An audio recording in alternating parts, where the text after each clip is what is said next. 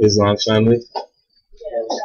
Today is Monday, April 16th, 2012, 1432, Moorish calendar. I'm Tezba Sarbay, chairman of Old Canaanite Temple, Moorish Holy Temple of Science, and Moorish Science Temple of America in Canaanland. And so today we're going to be discussing a couple of different things in the news media. Summit of the Americas. There's a piece on the charter, and we'll get into some other news items. But to start off, with 5 on the left and 2 on the right, as we do, with feet and arms at a 45-degree angle. Allah, the Father of the universe, Mother and Father of love, truth, peace, freedom, and justice. Allah is our protector, our guide, and our salvation. By night and by day, to His and our holy prophet, Drew Ali. Amen. Ashe. Islam. Alright, so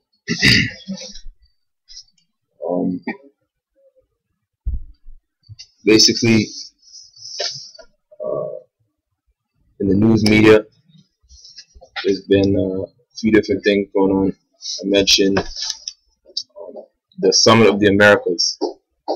So this is interesting, well, for a few reasons. One, when we talk about Drew Ali, we say that he went to the Pan American Conference in 28. So whatever happens to the Pan American Conference, this isn't it. In the Pan American Conference, that was like the only thing that the countries in the Americas did come together. So whatever is going on now is most likely fraud. And just to get into, or corporate anyway, right? Strictly corporate. So just to get into this article, I'll just read it out. Latin America splits with Canada, US on Cuba. Right? Summit. Allowing Cuba to participate may undercut democratic gains in the hemisphere, experts urge. So there's the article.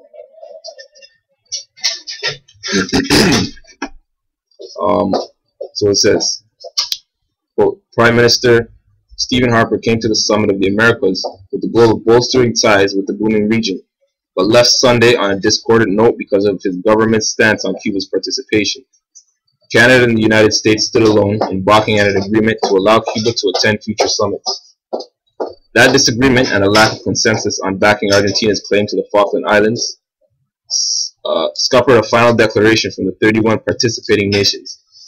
Even the summit host, Colombian President Juan Manuel Santos, declared it to be unacceptable that Cuba not attend the next meeting 3 years from now. Other major players such as Argentina and Brazil have echoed the sentiment. Harper emphasized that Canada has reached out to Cuba and does not agree with the American embargo of the country, but he said Canada is sticking with the summit principles that state that members must be democracy, an idea that originated under Liberal Prime Minister Jean Chrétien during the Quebec City Summit of 2001. Okay, so while we don't support the position of isolating Cuba, we do believe that the Summit of the Americas should be restricted to democratic countries and that Cuba should be encouraged to come as a democratic country in the future, ... And it's our contention that the Canadian policy is the way to get that kind of result, rather than the policy pursued by our American friends, Harper told reporters. What happens next is unclear. Santos said there would be a discussion of Cuba's participation at the summit 3 years from now, scheduled for Panama. Okay, and then it says under foreign policy, a little insert. The conservative government is trying to revitalize its 5-year-old America strategy, a policy of focused engagement in the region. Harper will fly to Santiago at the close of the summit for an official visit to Chile. But anyway, I want to go back to this part. This is a quote from Stephen Harper. Listen carefully. While we don't support the position of isolating Cuba, we do believe that the summit of the Americas should be restricted to democratic countries. Okay. And that Cuba should be encouraged to come as a democratic country in the future.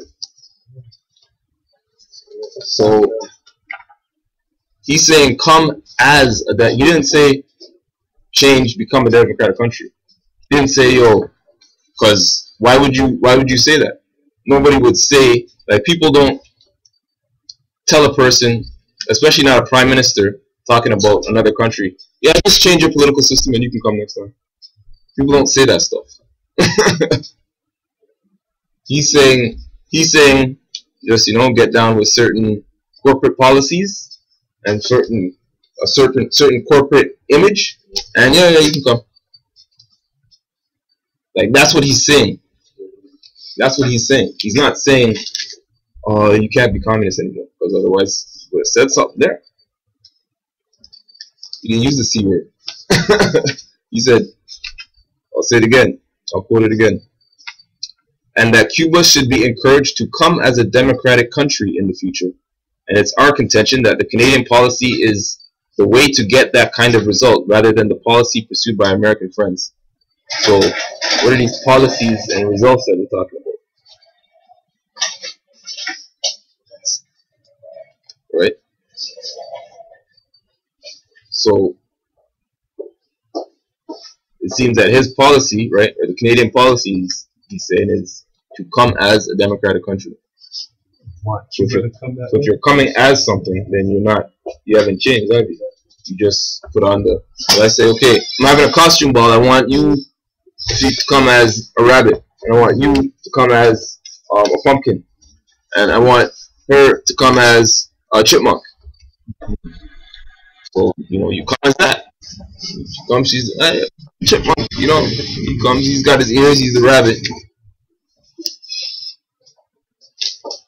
Because that's a quote. Right? That's a direct. What paper was that? In the 24, or today. Today's 24. So Harper responded to Fidel's comments? Is that what that is? No, not. Remember when I was telling you about the other 24 when Castro had something to say? Okay. Yeah, that's where we're going right now. Okay, so then in relation to what we're talking about with, first of all, if anybody doesn't know about it, Cuba wasn't invited to the Summit of the Americas, the only country, right, in the hemisphere. So Cuba had Fidel Castro, former, you know, president of Cuba, made some comments to the effect of, in response to that decision not to invite them. So this is Castro Bashes Canada by Jessica Murphy, Parliamentary Bureau, Ottawa. Fidel Castro, Cuba's ailing former dictator, has written an article in which he blasts Canada and Prime Minister Stephen Harper. In an article published Sunday by a Cuban news agency, the 85-year-old calls out Harper and Canada for not taking sides in the thorny issue of the Falklands Islands dispute. Castro also takes issue with Canadian mining activities in Latin America. But he's not just critical of mining in the southern hemisphere. He singles out the Yankees, quote-unquote, for having, quote-unquote, forced Canada to extract bitumen, B-I-T-U-M-E-N, from Alberta's oil sands, causing irreparable damage to the environment of this beautiful and vast country. Castro also raised concerns over Canada's membership in the Organization of American States, noting Queen Elizabeth is our head of state and it's not clear whether Canada is a colony, a republic, or a monarchy. Castro did have kind words for brilliant and courageous late Prime Minister Pierre Trudeau, who visited Cuba in the 1970s. The Prime Minister's office had no comment on Castro's rambling rant. Castro also appeared to be smarting over the fact the communist state is excluded from the upcoming Summit of the Americas in Colombia. In the meandering essay, he mocks the fact that U.S. President Barack Obama could wear a gayabera, a men's shirt worn in Latin America that Cuba claims as its own, to the summit. The curious thing about this, dear readers, is that Cuba has been forbidden to attend that meeting, but not the Goyaberas, Castro wrote. Who could hold back from laughing?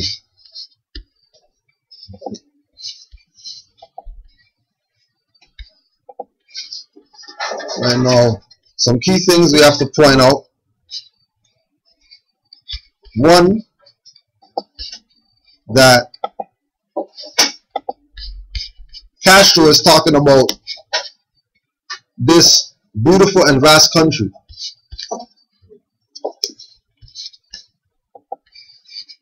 Right? He's from the Southlands. And he's saying that this is a beautiful, vast country. He didn't exclude himself, and he didn't exclude anybody else. Why? Because he's indigenous to this land. Right? He's not going to say that out of his mouth, I'm indigenous. But if he wasn't, he wouldn't be making that claim. Right? So vast. So vast. Right? Right? And don't forget that everybody's Moorish American. Yeah. That's why he said vast, because he's talking about the vast estate that the Prophet left for the Moors, that he knows about nationality and birthrights and all that. That's why they don't rep Fidel, because he's on birthrights. That's why they don't rep Hugo Chavez, because he's on birthrights. That's why they're not repping them, right? What else did he say? Queen Elizabeth is the head of state of Canada. This is according to, because this is now international law and governmental principles now. This isn't just, the United States 13 colonies and, the Queen and fighting over. Everybody is now involved now in the game. Because everybody was an ally to the U.S. Even Fidel. Right? And even Batista. You know what I mean? Fighting over their own birthright. Yeah. Right? Set up as two agents to try to take out each other, to take over. But, Fidel had Che. Yeah. So, you know what I mean? Crazy man. Same way they had their own plan, he had his own plan. Right? He's like, just let me get control of this piece. And then, and we also want to make mention to the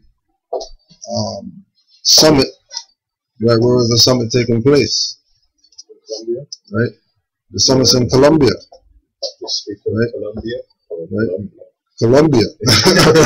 Not the district of, right? Colombia. Right? And Cartagena is like the city that happened. Oh, so this is just some Cartagena history, right? And don't forget that we're talking about so-called, South Americans that are, like lighter skinned than us or whatever, and you know what I mean. Yeah. So they're not really part of our family because they don't look like us. How our people would think about them. You know what I mean? Like they're really the aliens that are, you know what I mean, trying to cross the border and you know what I said? When they're indigenous, like why can't they just move around? Like what's the problem? like why try to force people to, you know what I mean? Right, to be in a corner. Right? So the ancient city of Cartagena was founded, as its name suggests, by the Carthaginians in the year 227 BC. Though then called Carthago Nova, New Carthage, it rapidly became their main trading port and at one time was widely recognized as being one of the wealthiest cities in the ancient world. Through Cartagena was made truly famous by Second Punic War, 210-201 BC, which led to the landing of Hannibal and his elephants, who came with the intention of defeating the Romans.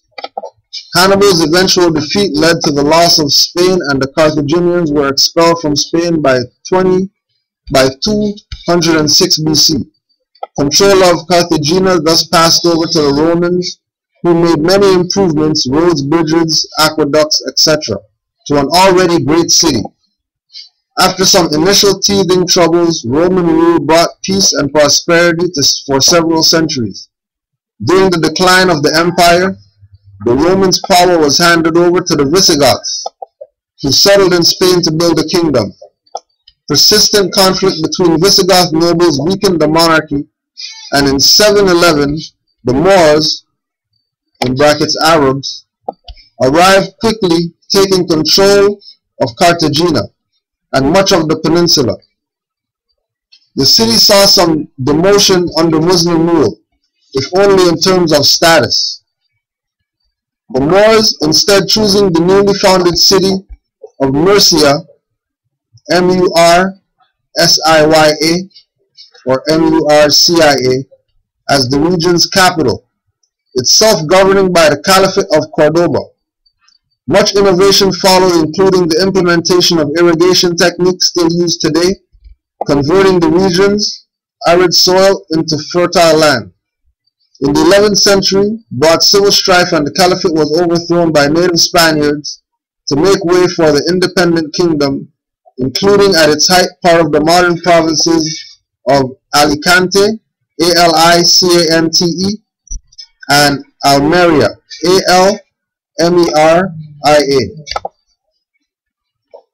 In its last major change of hands, Cartagena and its surrounding territories were fought for and taken by Alfonso X.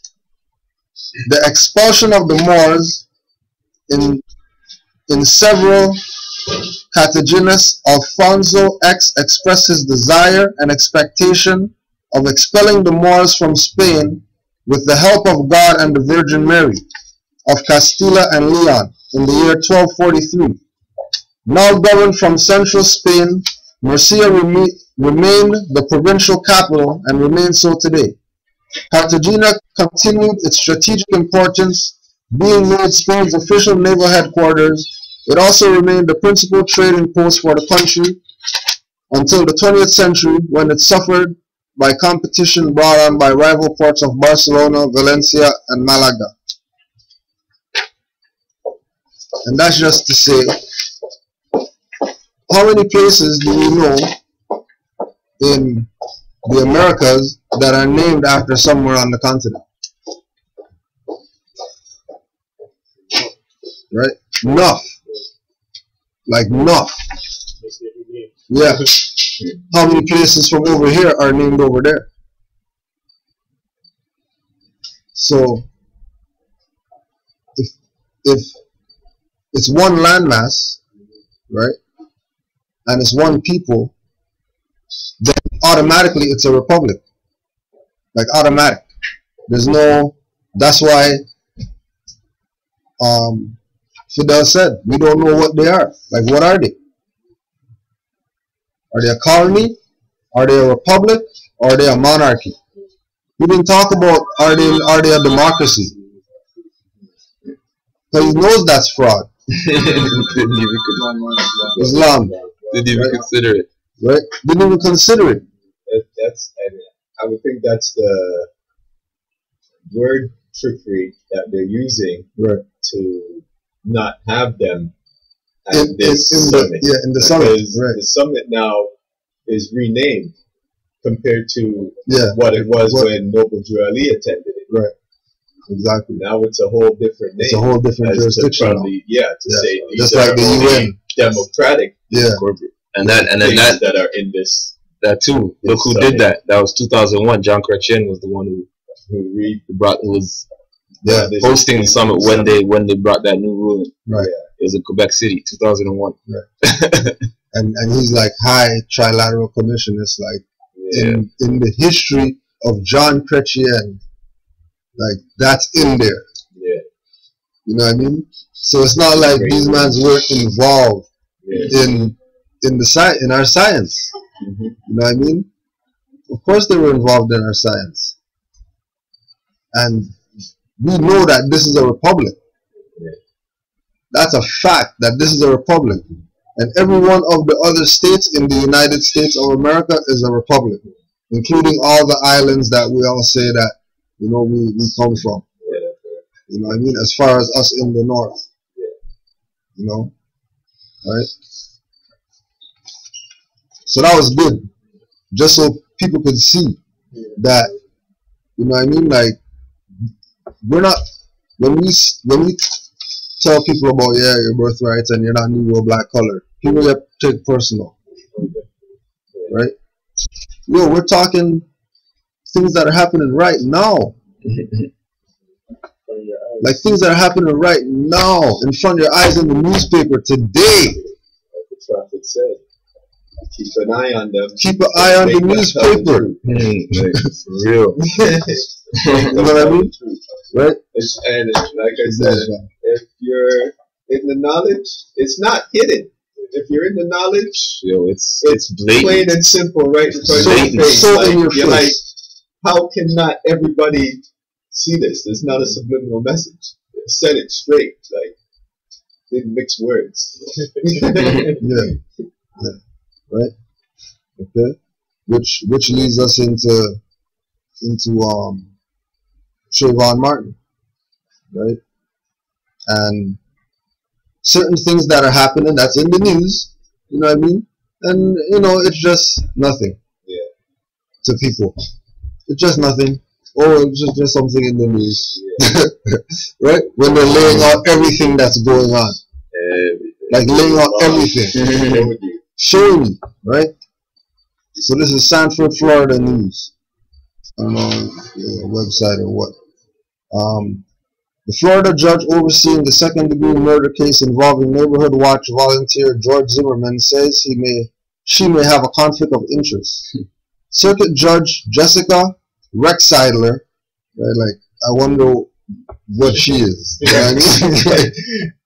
Right? Said Friday during a hearing in Sanford, Florida, that her husband worked with an attorney who referred Zimmerman to his current defense attorney, Mark O'Mara. It's my understanding that Zimmerman had contacted Mark Najami to represent him. Prior to you, Mr. O'Mara, as I have disclosed previously, my husband works with Mark Najami, said Rocksidler. The lawyer who made that referral, Mark Najami, is a well-known Orlando defense attorney who is serving as a CNN commentator on the case. That's not conflict of interest, but, right? But the other guys are conflict of interest, right? The judge asked O'Mara and prosecutors to file motions with their views on the possible conflict. My concern is this. I think that Mr. Najami is going to be extraordinarily active in how he both perceives and analyzes this case, said O'Mara. If you choose to file a motion to disqualify me as the judge, of course, Mr. O'Mara, you realize that has to be filed in writing for me to address it, said Rex Seidler. O'Mara told WFTV he will decide over the weekend and talk to Zimmerman whether to file a motion to have the judge disqualified. Prosecutors said Zimmerman fatally shot Martin in the chest during a confrontation on February 26. Zimmerman said he shot Martin in self-defense and has pleaded not guilty. His bond hearing is scheduled for April 20th and his arraignment is scheduled for May 29th. Okay? Now, where that happened already before. Right? And this is why Noble Drawley knew what he was talking about when he said that the forerunner is Marcus Garvey, because what Marcus Garvey was, people didn't really check what he was doing. They had their own idea of what he was doing. You know what I mean? Because just like he learned from the prophet, you don't trust anybody. Forget it. Like, you can't trust any of you guys, because all you guys are selling out. Right? You were gonna say something? Just to say, like, yeah, like, people hear something about Marcus Garvey and somebody quote a source, but they don't ever go and read the source themselves. Yeah. So who knows if that person's even telling you a proper source, like, you know, or just putting their own opinion on it. So yeah, they should, when you get information, that research it yourself, you know, verify it, qualify it. Right. So we're gonna go to the philosophies and opinions of Marcus Garvey. We have to show this book, because if you don't have this book, then sorry. Like, yeah, like, you can't see this book. If you don't have this book, you should just be able to go to the shelf, pull this book off, just like you do with all the other Black history books, right? And don't forget that we're dealing with law, and that's what Garvey's connection to the Moorish movement really was. The fact that he was involved with all these cases against the same fraud democracy people, right, trying to tell him that he can't exercise his birthright and have a ship in order to transport goods from where he is in the Americas over to the continent. Matter of fact, have a fleet of ships to do that. No different than anybody else that China's doing, that Germany's doing, that no different. Same exact thing. We just want to be able to say, well, okay, we sold this, we want to send it to those guys. And then they're going to send back some stuff. That's all. You know what I mean? Yeah, we'll go through the port, we'll go through the, you know what I mean? Like, yeah. Right? But no. Like, straight block them. You know what I mean? Why? One, because he's the forerunner of the prophet. So, if the prophet's not going to get through, like, you're definitely not getting through. Because we already infiltrated from the prophet's time. You know what I mean? So we already know that we have you. We're going to get you just on some $3 mail fraud. That's how we're going to get you. That's how, like, locked we have you. Right? So all this is in relation to this hearing that this judge has to have, because there's a conflict of interest. Right? Why I brought up Marcus Garvey. Right? And this is on page 166 in the Philosophies and Opinions of Marcus Garvey. And remember, like, every source that we have, every source of information that we have as Moors, between Noble Drew Ali and between Marcus Garvey, regardless of who wrote it, should be picked up. One, just to support the nation, because who cares if, you know what I mean, that brother does whatever. If you have some info on the prophet, we can take it and, you know, we can digest and take out whatever, because everybody has some perspective of the prophet that's right. Like, everybody has a piece of the puzzle that's perfect. You know what I mean? But they just don't want to give their piece. They want to give, like, you know what I mean, their opinion a little bit and their this and that, so it can look nice. You know what I mean? And that they did it. You know what I'm saying? But no, this is like, no, Drew Ali said that Garvey is the forerunner. So we're going to take Garvey a little bit more serious than we did before, because, you know, even though we took him seriously before, right, and we have to up the level of how we really looked at him and his engagements with people, and, you know, why was he really meeting with the clan and all this type of stuff? You know what I mean? Right? So this is page 166. The theory of the indictment and of the trial was that everything that was done by or in the name of the Black Star Line was chargeable to the defendants. that it was only necessary to show that the matter originated in or emanated from the Black Star Line in order to receive in it evidence and charge the defendants with responsibility therefore. But the verdict of the jury in acquitting the other defendants necessarily implies that the acts of the other defendants were free from guilt and were no part either of the substantive scheme to defraud or of the conspiracy. It is alleged in the indictment that the scheme to defraud was made up of three elements: 1. False representations, pretenses, and promises; 2. The sale of stock of the Black Star Line; 3. The conversion of part of the proceeds from the sale of the stock to use of the defendants. The third element, conversion of part of the proceeds to use of the defendants, has no support in the record. At the time of the organization of the Black Star Line, Garvey received no compensation whatsoever. He worked for the corporation until September 1919, when at a director's meeting he was voted a salary of $50 a week. He drew his salary until sometime in 1920, when it was increased to $100 a week. Since the latter part of 1920, he received no salary from the Black Star Line. In September or November 1920, he was voted a salary of $10,000 a year by the Universal Negro Improvement Association. The sale of the stock of the Black Star Line was doubtless induced by the representations and promises made by Garvey and his associates.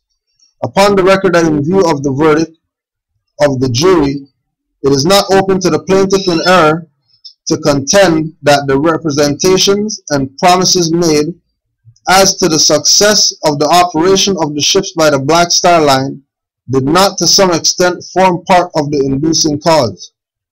But no one reading the record can fail to realize that the ship project was but a small part, an incident of the large scheme that roused the enthusiasm of Garvey and appalled to the hopes and aspirations of thousands of his followers. No one can fail to be strongly impressed by the undoubted fact that the persons who contributed were more intent on the ultimate uplifting and salvation that was promised to the Negro race of America than upon the partly profits that might be realized from the stock investment. We do not pretend that a Negro charged with a crime is entitled to any special rights or favor, but we do contend that when the crime charged is one that involves the relations between the Negro and white races, the utmost care should be observed to safeguard the actual rights of the defendant. In this connection, we present the following considerations. 1. Application was made by Garvey to the trial judge, asking the trial judge to declare himself disqualified to try the indictments. The substantial ground of the application was that the judge was a member or a contributor to the Association for the Advancement of Colored People, and it appeared that persons active in the association were opposed to the Universal Negro Improvement Association, of which Garvey was the head. It also appeared that one of the members of the National Association had sought to initiate a criminal prosecution against Garvey. We all know who that is. The judge admitted his connection with the National Association, but denied the fact of bias. The motion was denied on the ground that the affidavit did not comply with the statute. 2. Testimony was received of acts of Garvey entirely unrelated to the charge in the indictment. It is true that in many instances, this testimony was elicited by cross-examination conducted by Garvey himself. But it is also true that in many instances, a plain suggestion of the fact came from the questions of the assistant district attorney, and Garvey was provoked to further questioning along these lines. This is particularly true of the matters relating to Garvey's association with certain women. 3. The court was unduly severe in its repeated admonition of Garvey. Time and time again, the court appears to have sustained objections that were never made. Time again, the court suggested to the assistant district attorney that an objection would be sustained. Where an examination is being conducted by a defendant on his own behalf, the impression that the court is taking the part of the prosecution and assisting the prosecution in the conduct of the case is bound to be disturbing and hurtful. The cumulative effect of the court's continued admonitions to the defendant was to give the jury the impression that Garvey was responsible for the undue length of the trial. This may have been the fact, and necessarily so, but it should have been the fact and necessarily so, but it should have been the aim of the court at all times to divert from the defendant any feeling on the part of the jury by reason of that fact. However, annoying the situation was, the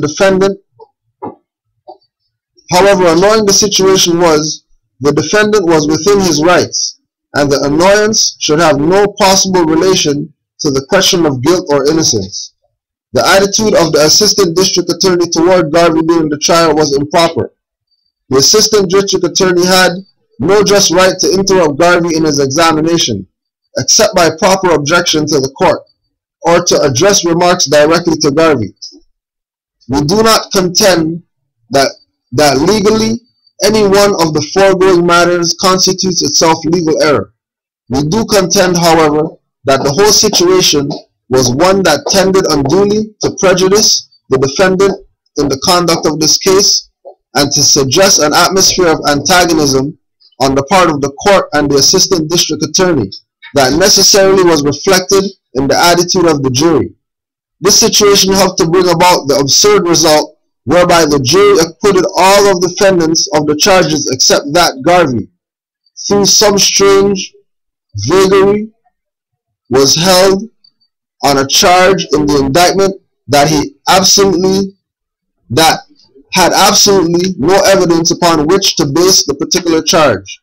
And when we seek to understand how it was that the jury, by some inexplicable absurd process, found that Garvey was guilty of mailing a circular or letter to Dancy when there was not in the evidence any such circular or letter, and when there was not in evidence any means by which the circular or letter could be identified, and when the sole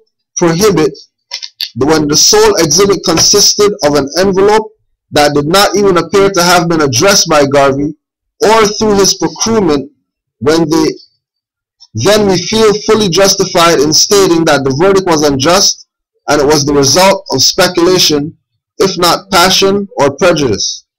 The judgment of conviction should be reversed and the indictment dismissed. Dated New York, October 18, 1924. Respectfully submitted, Kahn and Nagler, attorneys for defendant Marcus Garvey. George Gordon Battle, Isaac H. Levy of counsel. Right. I noticed once again, defendant in error. Exactly. Right, like right at the beginning. Right at the beginning, and that's the whole reason why we just read through that whole thing. Just to show that all that means nothing. It's just stuff. It's just words on the paper to make the case. Yeah. Right. See, like as if there was something lawful being done when the lawful part was already done at the beginning. Plaintiff in error. Yeah. Right. Right at the beginning.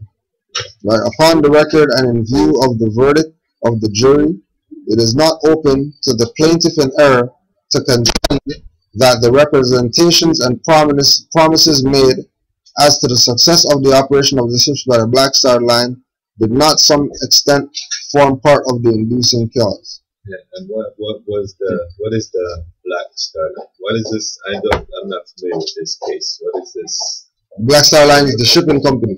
And so that Garvey had. Shipping company, yeah. And what happened?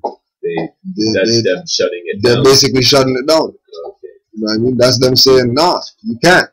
You know, because plaintiff in error. Is this his shipping company with his everybody go back to Africa thing, or that wasn't his goods? That wasn't his. What wasn't his? Going back to Africa in the Black Star Line. Okay. That's not his concept. So that was just like goods. That's just talk, like dude was found on King Solomon's grave. Yeah. Okay. You know what I mean? That's what that is. Right? Because Garvey wasn't at it. Yeah. Man had lawyers in him. So he didn't know nothing about law. And they were just butchering him. Yeah. Right? That's where all the money went. Right? Because remember, he did represent himself. Yeah. When he went up there. But he didn't have counsel. He had to have counsel. Mm-hmm. Right?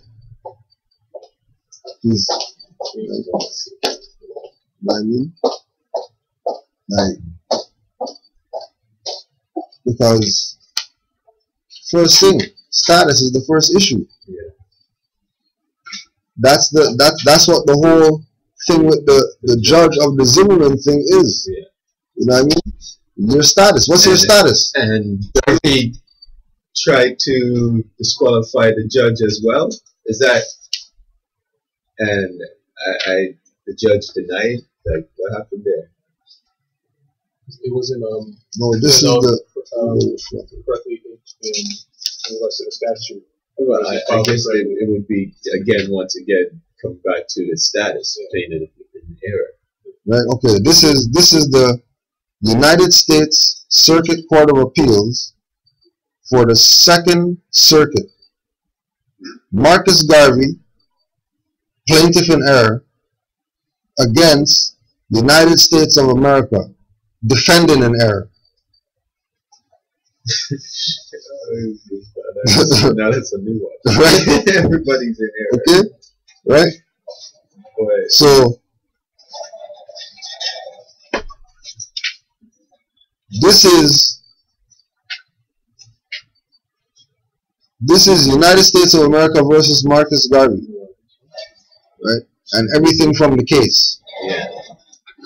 Right? Just like the FBI files. Yeah. You know what I mean? On the temple. It's like the exact same thing.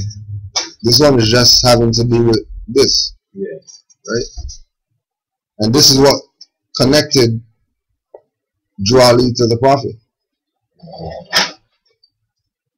The fact that he could be used as an example to show you that, yeah, look, like we can use that today. We're not even going to use Dred Scott now. Yeah. We don't even need to use Dred Scott. How about we're going to use Marcus Garvey? Yeah. We're going to use Marcus Garvey's case with the Black Star Liner, right? And how come everybody's mad that they treated him like that? Right? When the reality is plaintiff in error. Yeah. Man says he's Garvey. Yeah. Like, talking about. And you want to get right? Yeah, you know what I mean? Like, yo, you want to own property. the appeal is legit. Yeah. Right? The appeal is legit. Yeah. Every claim is like, yo, dead on. Like dead on. Like, yo, judge should just be, you know what? I recuse myself and just dismiss. And every judge that comes up recuse themselves. Nobody wants to touch it. Yeah. Like, that's how tight it is. Yeah. But plaintiff in error. Yeah. What's your status? It's a missing piece. What's your status? Right? And this is Garvey. Everybody knows who he is. Everybody, we don't even have to go into nothing. Everybody knows Garvey. Okay, well, Garvey was in error. Plaintiff in error. It's on the case in his book. Right? I didn't even know that. Yeah, exactly. It's more put me under that. Holy. To go back and read Philosophies of the Things again. Let me just go read it again and see. Yo. And it says plaintiff in error. Yo, straight says it.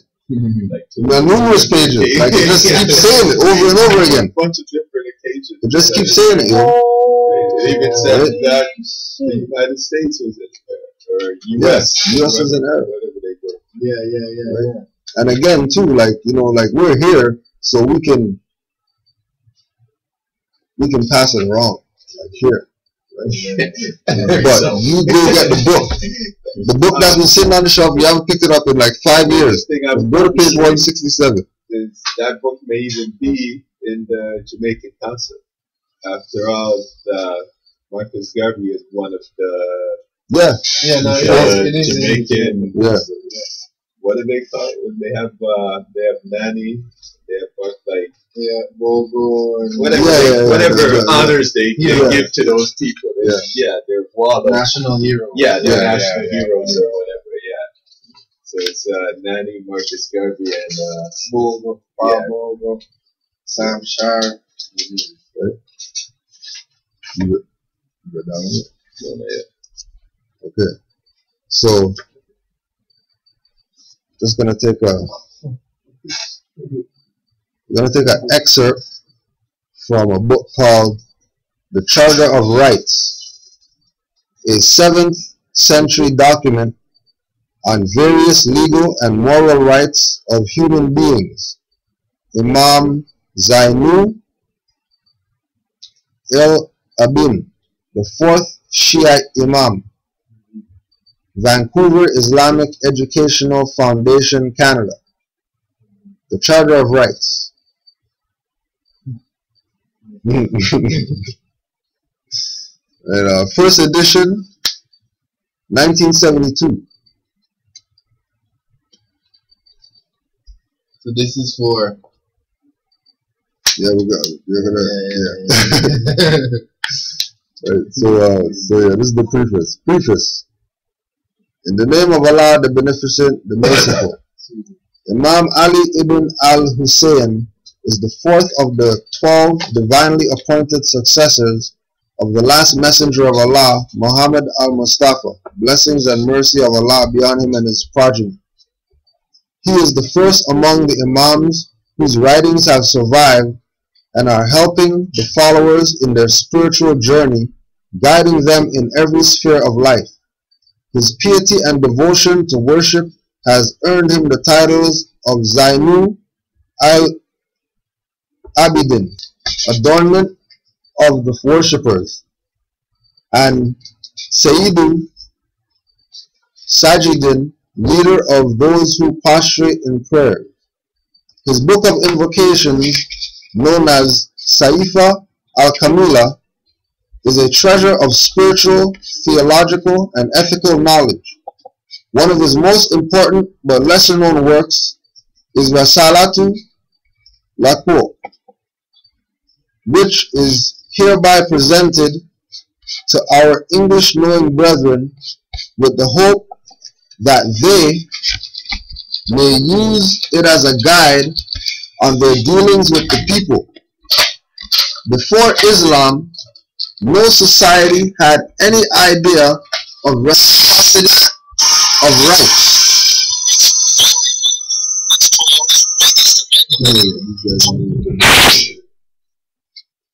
Before Islam, no society had any idea of reciprocity of rights. The Roman law, from which the modern Western codes have originated, gave the head of a family the status of a deity. He was their absolute owner and could kill with impunity, but not only his slaves, but even his other dependents, wives, sons, etc. Thus one party had all the rights, while others had been burdened with the duties without any rights. The Greek system was not much different from the Roman code.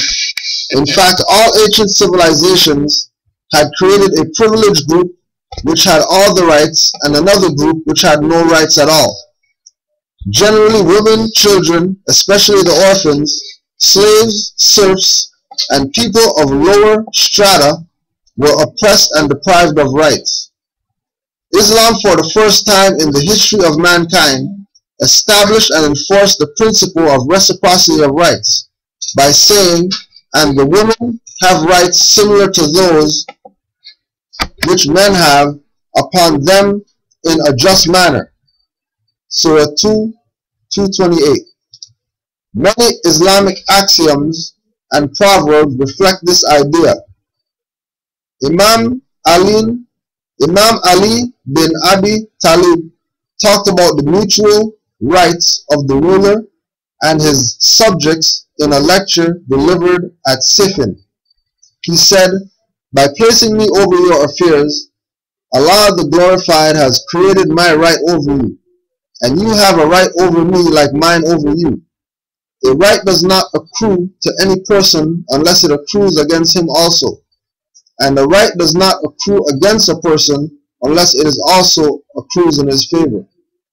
The greatest of these rights that Allah the Glorified has made obligatory is the right of the ruler over the ruled, and the right of the ruled over the ruler. If the ruled fulfill the rights of the ruler, then the ruler fulfills their rights. Then the truth attains the position of honor among them. The ways of religion become established, signs of justice become fixed, and the sunnah gains acceptance." And that was Wadi Said's sermon. In order to create a balance between the mutual rights and duties of various groups, it is essential to delineate them in clear terms. And Islam has done it through the Quran, the Sunnah of the Prophet, and the traditions of the Imams. Now, one thing too to address, that every time, we're reading Muslim books, and they say Islam, like we have to think eyes of Allah, Master. And when they say the Prophet, we have to think Nabi Ali, right? So Ali said that, we honor all divine prophets, Muhammad, Buddha, Confucius, right? So, all right.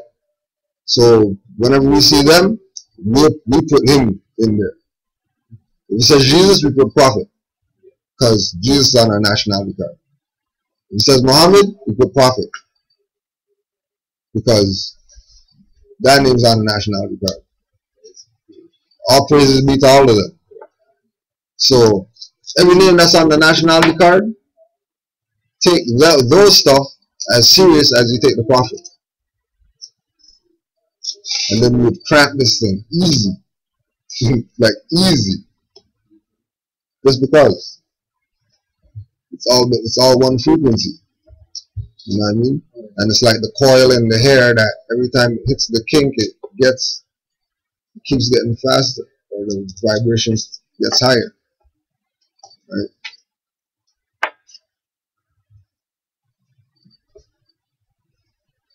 And that's a icky, sticky point for some people who still consider themselves, pious or whatever.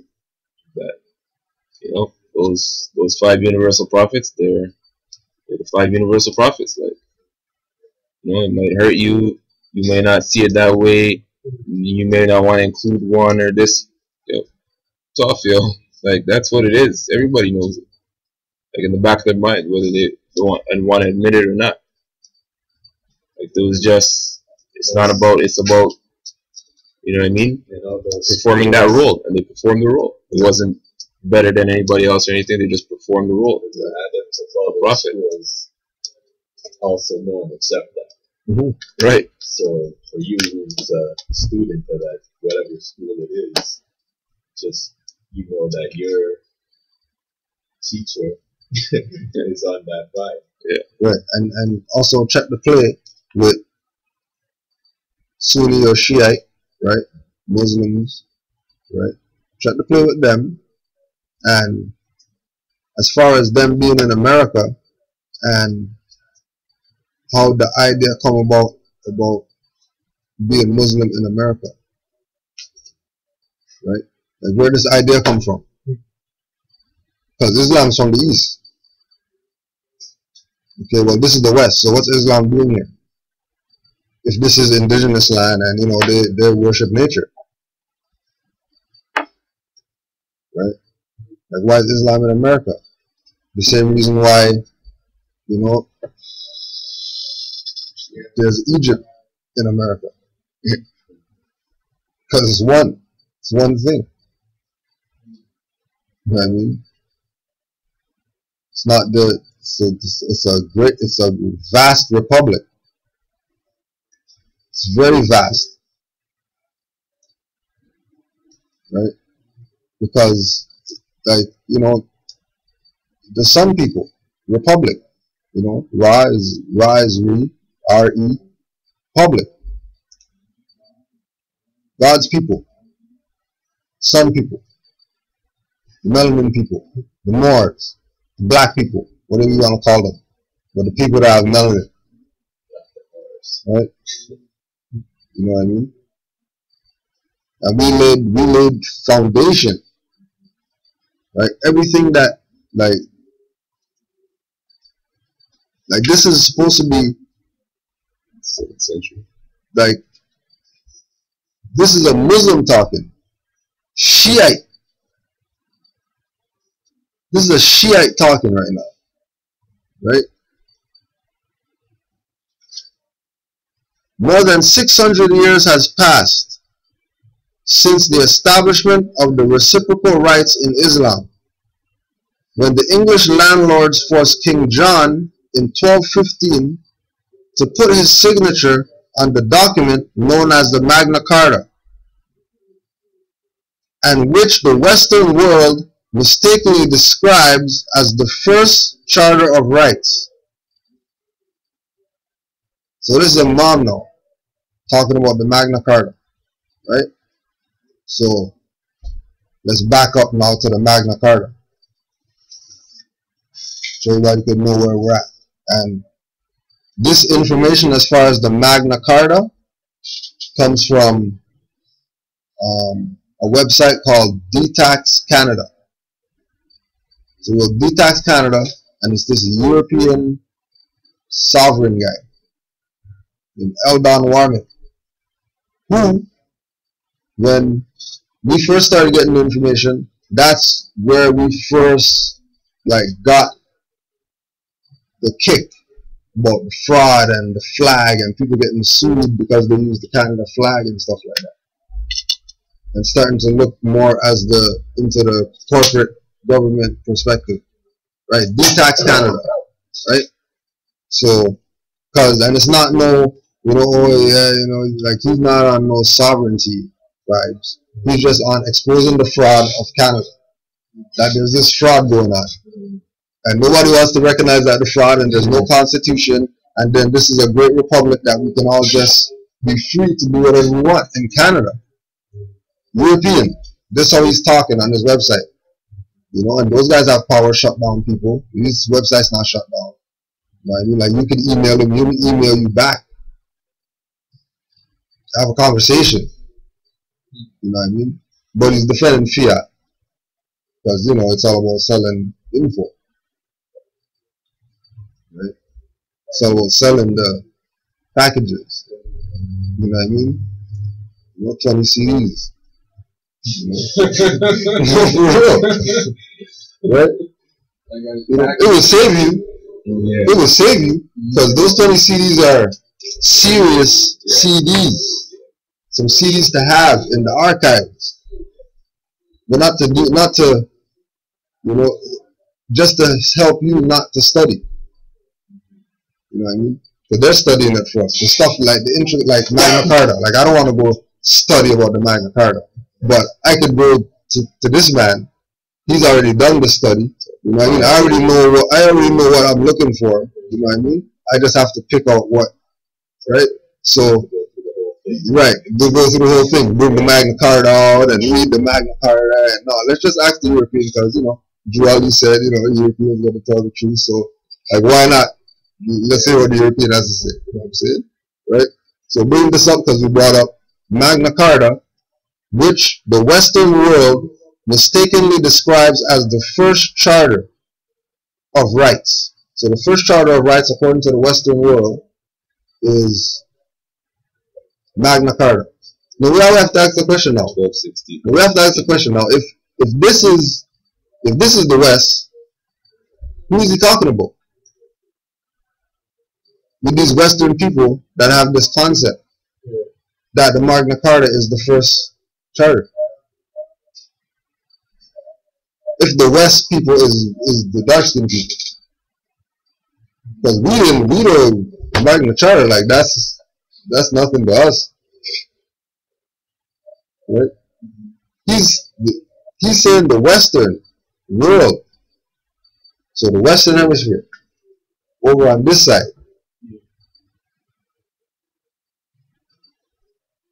believes or mistakenly describes the Magna Carta as the first charter of rights. But the Magna Carta has to be with Europeans. Right? Yeah, but then again, where he would be, if he's Middle East, the Western world to him, they still call Europe The West. Yeah. They don't. Yeah. They don't just refer to here as the West. Right. Europe is the West. Right. Well, they're the Western. But that's the thing, though. But Europe's in the East. Yeah, exactly. For us. You know what I mean? Right, but even for them, because if they're gonna look over here and say over in the West, then you know what I mean. And for me, I just, one thing I struggle with when we talk of all these continents, I don't see how Europe is Even a in continent a continent separate from Asia. from Asia, exactly. I was playing a family board game just a couple nights ago, or whatever it was, and that was a question in the board game. The question was, which one of these countries or cities, whatever it was, is on two continents?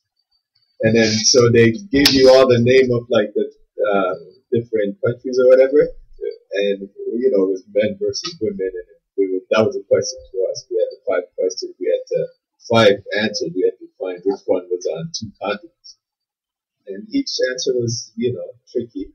And I was like, Turkey was, I think it was Istanbul was the answer. Yeah. And I was like, I was the one who got the answer. I was like, wait a minute, Istanbul, isn't that like Turkey, Middle East or something like that? And I'm like, wait a minute. They consider Europe and Asia as 2 different continents, and as far as I know, those 2 things, there's no break. There's no break in it. Yeah. So I was like, it gotta be Istanbul.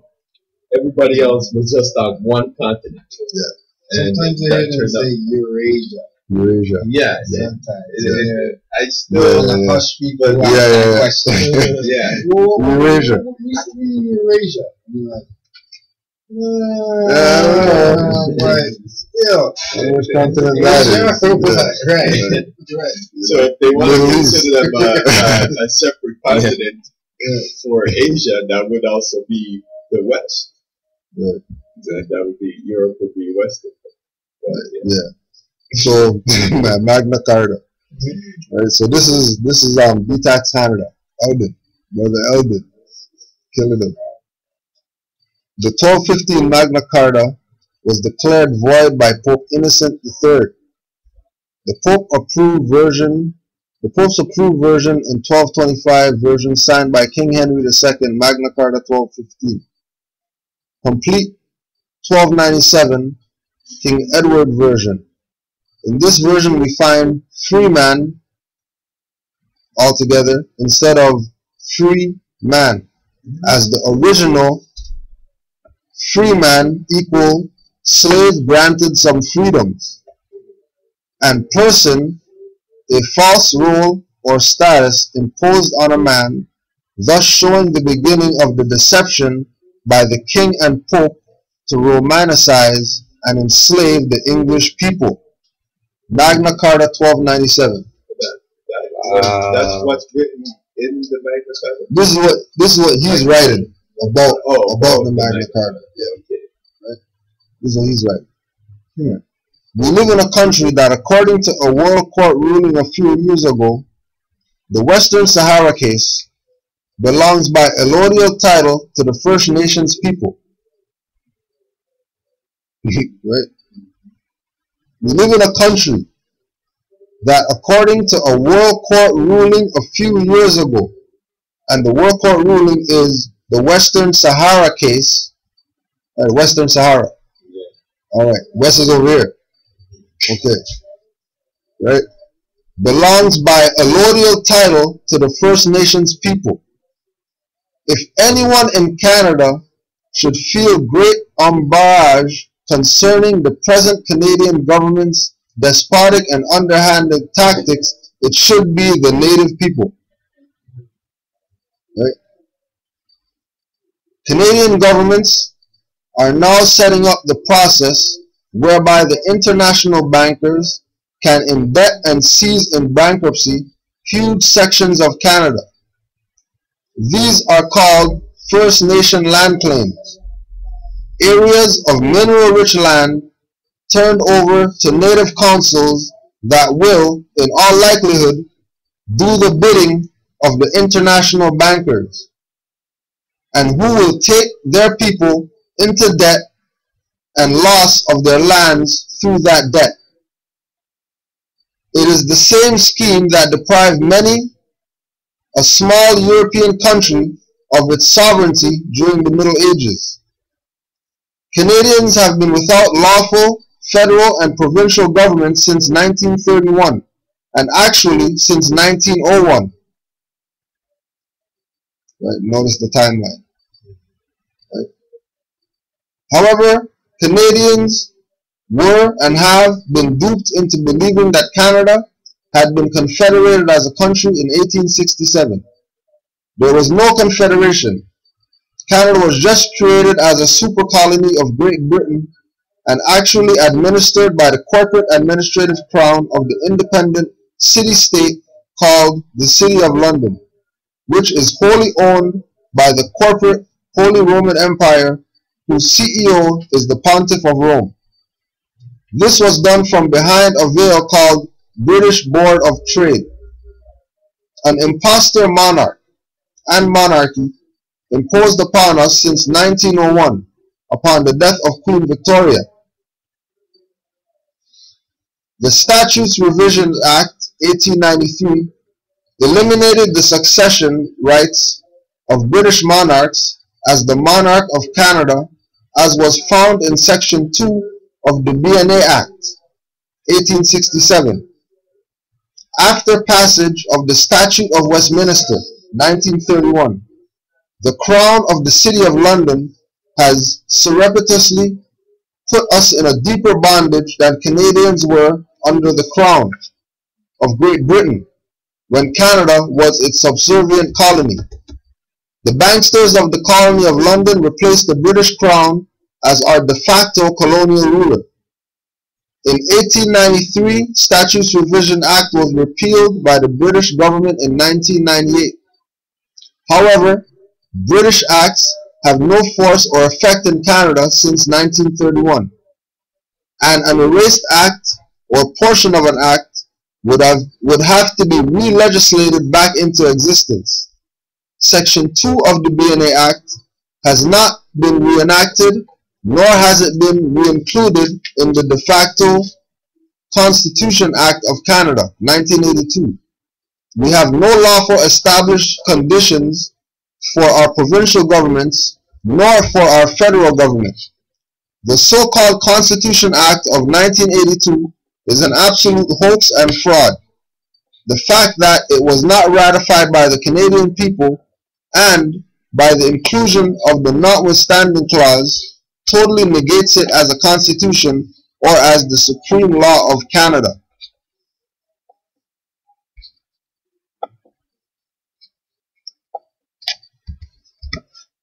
And Article 1 or Section 1 in the Guarantee of Rights and Freedoms in the Constitution Act of Canada says that the Canadian Charter of Rights and Freedoms guarantees the rights and freedoms set out in it, subject only to such reasonable limits prescribed by law, and can be demonstrably justified in a free and democratic society. So, even though the Magna Carta was a fraud, they made it as far as they have a Charter of Rights and Freedoms now. And that's how far they made it.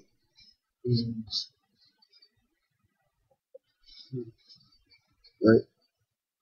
And it's not a thing of they can't do that. I mean, yo, that's cool. If that's what you want to do, if you want to make people corporations and all that stuff, yo, do your thing. Just go back to Europe to do that. Because you don't have any sovereignty over here to be doing that. So, and then that crown, when they talk about the crown when you go to court, which crown is that? Where's the crown? The crown of the Bar Association. So it's not even, that's not even like what you think like the Queen. Here in Canada, So they use different words all the time. Yeah, I was just gonna Most say of the that. time, it's like you can have one court case and you keep getting, say, a disclosure, or then you get all from the beginning. From the charge, it says somebody versus you. One name that they use is Regina. Regina versus then your straw man. Sometimes it'll say the Queen, or it will say Victoria, or you know what I'm saying. So I don't know where Why do they anything. use vagina? That's also 'cause that's their name. yeah, that's the name.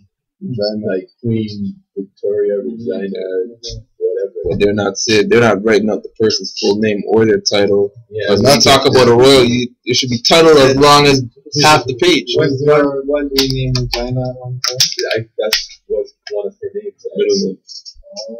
Vagina? Regina, Regina. Oh, Regina. Yeah.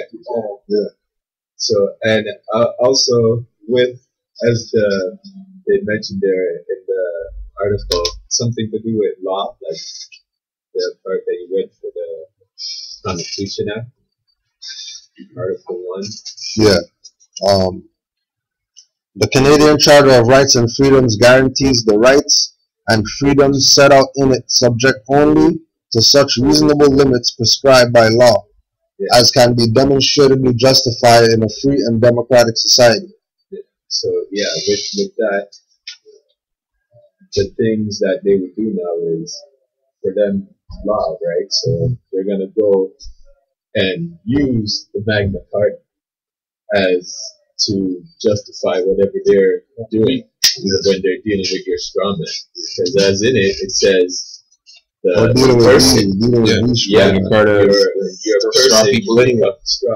Yeah. Also, Them times 12, they 15, don't they're charge doing you. straw man. If you read your charge, it doesn't say you're charged with this, whatever the crime, contrary to the Constitution. So it's contrary to the criminal code, because that's their next strawman jurisdictional law. Yeah, so they always, even with certain cases, I look at it, I'm like, okay, you've committed murder. That's a constitutional violation. Like, they could charge you contrary to the Constitution, but they still won't. Because I don't know if that would expose anything for them or something. They'd still charge you with something contrary to the criminal code. Yeah. Keep it over there. Like, keep it hidden. Right, and then so this is the same Shiite Imam now, right? So more than 600 years had passed since the establishment of the reciprocal rights in Islam, when the English landlords forced King John in 1215 to put his signature on the document known as the Magna Carta, and which the Western world mistakenly describes as the first Charter of Rights. Then came the American Constitution, which, with its Bill of Rights, which in fact had given no rights to the black population of the United States of America. It was in the 1960s that the Supreme Court began granting the black Americans civil and social rights, and then the Congress followed suit. Right? that was a big mistake to civil rights movement. So, the Imam's telling you. but he's Muslim, so we're not gonna listen to him because he's Muslim. He says a lie, and they wear hijabs and all that stuff. Right? Then came the American Constitution, right? So first of all, the American Constitution, not the U.S. Constitution or the United States Constitution, but the American Constitution. And the American Constitution is the indigenous constitution, which is the great law of the great peace that they used in order to make the United States of America Constitution. Right?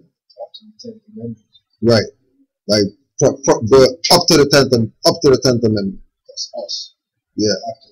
After that is like is straight corporate. Right? Right?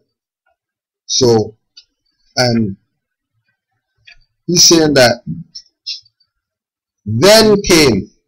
So we already know that the Magna Carta is fraud. So we could take out the then and deal with the fact that, okay, that's the first constitution. Because prior to that, the implication was that the Magna Carta was mistakenly described as the first. Then came the American Constitution. So he already dealt with the fact that it's a fraud because it's mistakenly described as the first. Yeah, that's a good point. Because I was going to ask you today too, with Canada and the United States, right? And I thought we might have used a different constitution. So I'm glad I actually brought that up because I was going to say, it's still the same. Yeah, it's the United States of America Constitution. Yeah, like what you Because said, Canada, verse 10. Yeah. That's, you don't need anything. and just like Eldon was breaking down, like there hasn't been nothing since 1901 as far as here's concerned. Well, there was, because there was the United States Constitution, but nobody was using that because everybody was trying to eschew Canada. Right? Because that was the last, you know what I mean, little bit of space that they can try to jack. Right? Yeah, Last booty they could get. I would think that he even says then came because he's going to refer to more the U.S. Constitution, whereas now they use the Magna Carta to draft the 14th and 15th Amendment. Yeah. Because, like, when people, even a lot of people who's onto the knowledge, they read it and it's still not clear to them where it says, like, the straw man or whatever. That's because it's hidden in the words, all persons born. That's the straw man. All persons born within the U.S. Yeah. So that's what the 14th Amendment says, is all persons born. And that is referring now evolving straw man. Yeah. Versus 15. Exactly. Right. So when it says all person born, it means the not person and the straw. They're just turning everybody straw. Yeah. Just because they said persons. Yeah, that word person. If they say persons, you already know. There's a whole lot of different types of persons. Right, and we're going back to the part which in fact had given no rights to black people of the United States of America. It was in the 1960s that the Supreme Court began granting the black Americans civil and social rights. So the Imam's telling them that they gave you those rights. So if you're getting rights, then those are rights. You're getting played, you know. Yeah. Still today. I see they're leaving out that key word there, birth. They just say rights. Yeah. Because if they say birthrights, right, it automatically goes back to they can't give it to you. Right. Exactly. You already have it. You already have it. Right? So But they would put other things in front of rights, social, civil, you know what I mean? These To privileges. make it seem like there's rights called that. So, you know, here they are. You know? And just an experience too, just to let people know the magnitude of this, in a court case I had. So And that's a big thing with your court case, where they say like the Crown gets to select, and here in Canada, Crown selects whether they're gonna proceed summarily, which means provincial jurisdiction, or indict if it's an indictable offense, which would now be federal. Indictable offenses, being federal and all, is when you're allowed to have jury and stuff. Summarily, then it goes into some criminal code stuff where you have no jury. I found this out because as I'm standing up in court, and I make that request. I said, well, I asked the judge first, is this a criminal court? He said, yes. I said, okay, well, according to law, I have the right to a jury. And then the judge responds to me, you have no right. Criminal code, the Crown has selected to proceed summarily. So, and said, you have no rights. Yeah. And like, if this was a full courtroom, I'm sure everybody would have been looking back by that. That would have been news. But because they know it's me, I'm the only one who's ever in the courtroom. Yeah. So, what was your status going into the court? It's like I said, they know it's me. They know my claims. They still try to deal with you only in your straw. Regardless, you come in there and you put your stance. This is who I am, and extradition, and all of that type of stuff. And again, it's not, you know, it's not a, it's a fraud thing for people who really shouldn't be doing that. Who really shouldn't be exercising. I mean, like, we're being ourselves, right? But they can't be their self unless they're in allegiance with us, because we're the natives. So if you're not in allegiance with us and you want to go out there and do whatever, then, you know, take what you get, because we can't really assist you, because you're not down for the cause. You know, that's why we want to get black people to understand. Like, we don't want to work with you because, you know, we have a problem with you calling yourself black. I get what you're saying, but if you're coming to me as that, and I'm a national, and you want me to talk to you, but you're, you know what I mean, on all fours, eating all the thing, and you want me to really sit at the table and have business discussion with you about reparations or something, and I give you something to drink and you're putting your tongue in the glass, and you know what I mean, like you really want me to do business with you, really, right? And that's what we're trying to tell people to their face, like, yo, it's not personal, but your status.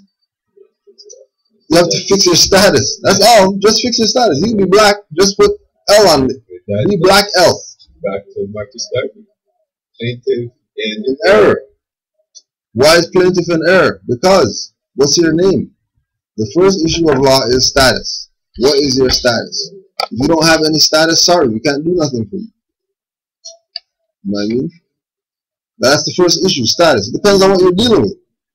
You know what I mean? Sometimes you might just go corporate just because you don't want the headache. You know what I mean? All rights reserved, UCC, bam, bam, bam. Okay, let's go. Okay, come on, get me out of here. I'm not sitting here all day waiting for you guys. Let's go. You know what I mean?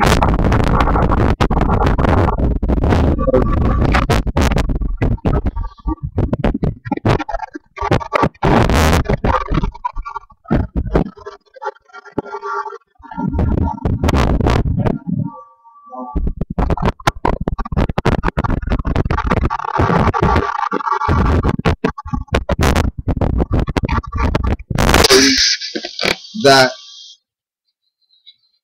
have known about Noble Drew Ali or heard about him or whatever since 1913 to now. New means like spanking new, untouched, in the package still. Hasn't even had a chance to like get fingerprints on or nothing.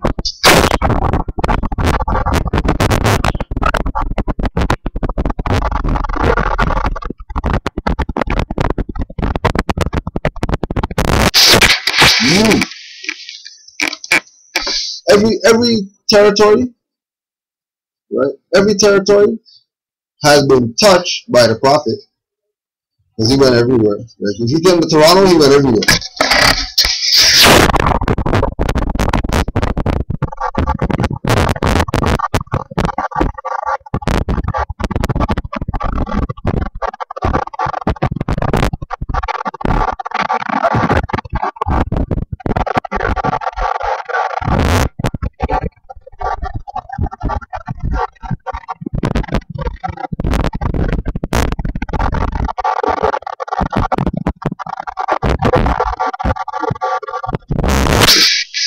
If you come to Toronto before 1929.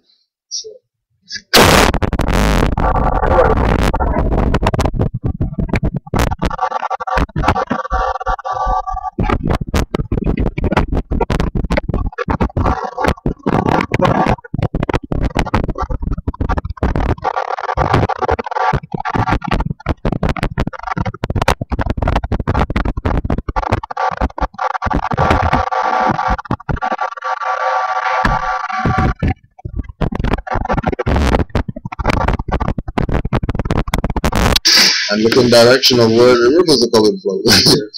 You know what I mean? You know, this man is getting ready for the wave, right? You know, you're just trying to get on your board, and man's like, God, like, yo, right with it.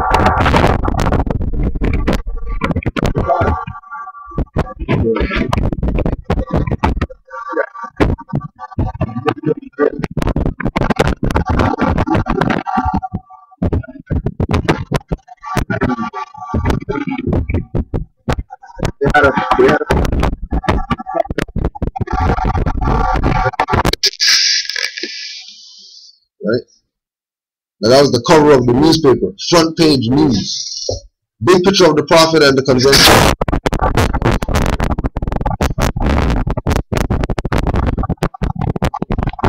In the article that Noble Drawley is the founder of Islam in America.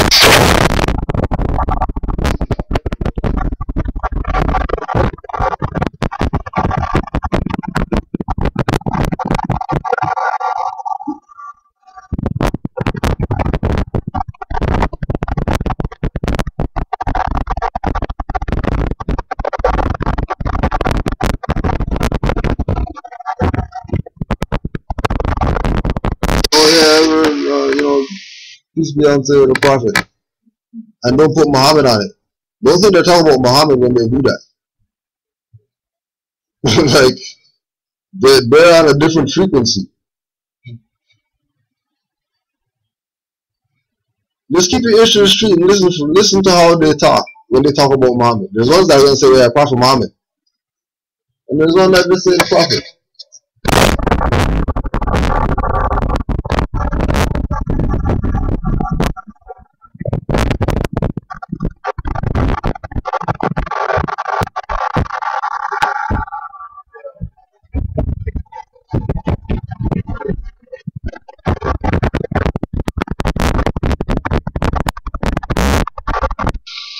And at the same time,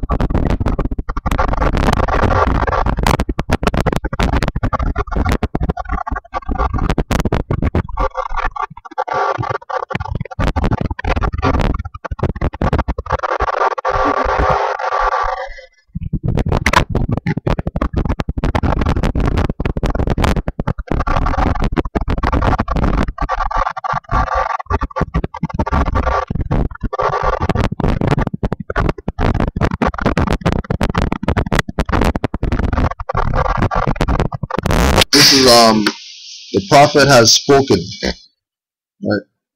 Friday, November 9th, 1928.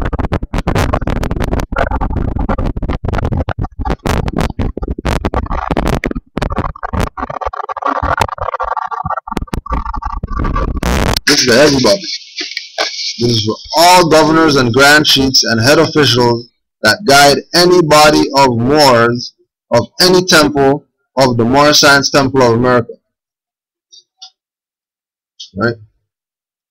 He or she must be of good moral standard and a heart of love, and their works must be of love, truth, peace, freedom, and justice. They are to imitate the Prophet in speech and teachings in any said temple. They must not be under the influence of intoxicating liquors or any harmful motive that will terminate to become detrimental to the organization. It must be known that any leader staying away from home or neglecting his duty at home or must allow the public to know of their wrongdoings. They must forever live the life of love at home, and it must be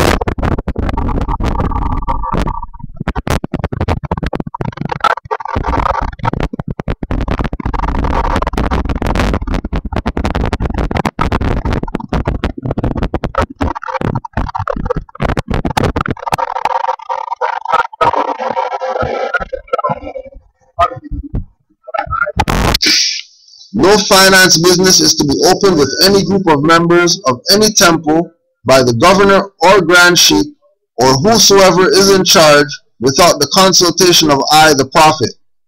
All uplifting funds are to be issued only through I, the Prophet, because that money is to finance the Moorish movement.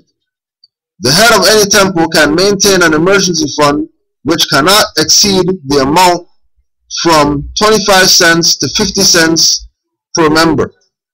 All public collections and dues also of each said. No finance books are to be served in the temple except by the Prophet. The head of every temple must by law obey the word of the Prophet, and any leader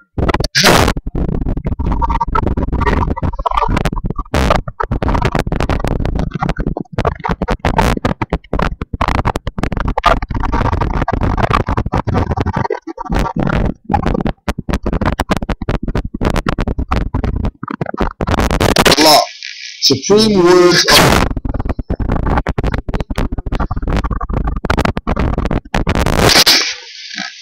so earlier in the preface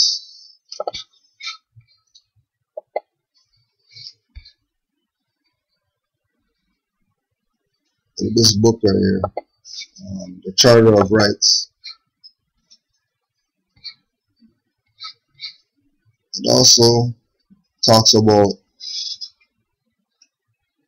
these rights that exist, that are hidden in like the code of the Quran. Like this is what allows you to activate the spiritual nature, being able to have these rights and know what they are and exercise them, right? So this is in the introduction. No. May Allah have mercy on you that Allah has certain rights on you which cover you in your every movement and stillness, every place where you are, every limb which you move, and every tool which you use. Some of these rights are greater than others. The greatest of all the right is which Allah Himself has upon you. That is the root of all rights, as all of them spring from it. He has established rights which your different limbs have upon you, from your head to your foot. So He gave rights to your eyes, ears, tongue, hands, feet, stomach, and your private parts. These 7 parts cover all your activities. And there's a part called the rights of the dependents. Right, so this is the right of the dependents. And it says the rights of the pupil. It is the right of your dependents in knowledge that you should know that Allah has made you their master by bestowing upon you knowledge and entrusting you with the treasure of wisdom. Therefore, if you are generous in this commission given you by Him, and if you act as a benevolent trustee who wishes his master well in looking after his servant, and who is patient and observant enough to bring out the wealth of knowledge of his hand whenever he sees a needy person, you will be a virtuous man, and you will have hope and true faith. Otherwise, you will be guilty of embezzlement of the knowledge given to you by God, and of tyranny against his creatures, and will be liable to be deprived of his knowledge and honor by God. So if you don't become virtuous, then embezzlement's your charge. Right? And Noble Ali told the Moors, the head of every temple must by law obey the work of the prophet. The truster, then giving it to the trustee, and then the trustee is supposed to now hold it in good faith, without causing any interference or encumbrance or anything like that, because this is the supreme words of the prophet. So these are the things that's his direct writings, because he's Muhammad too, right? That have the essence of Islam in it. And then there's some of his writings where he talks, and then it has the essence of the Christianity in it. And then some next people that he talks, and it has the energy of Buddhism in it. And for next people he talks, it has the energy of, so all the bases are covered. So everybody can look at the prophet as, okay, yeah, that's the reincarnation of the prophets from before, so let's get on the love, truth, peace, freedom, justice right now. Right, and save the nation, not our little individual pocket that we think is the nation. Like Moors even have it cuckoo, that they're the nation. The nations are the Hittites and the what's the chapter 47 and 46 and all that, Canaanites and all of them. It's not just the Moabites only that make up the nation. It's not just the Washita only, right? The jurisdiction is the human family. Nations. Everyone needs saving, because everybody fell to the depths of sin and called themselves name, and everybody was plaintiff in error. You know what I mean? And don't want to accept the fact that they were plaintiff in error. Right? And this is like a Shiite,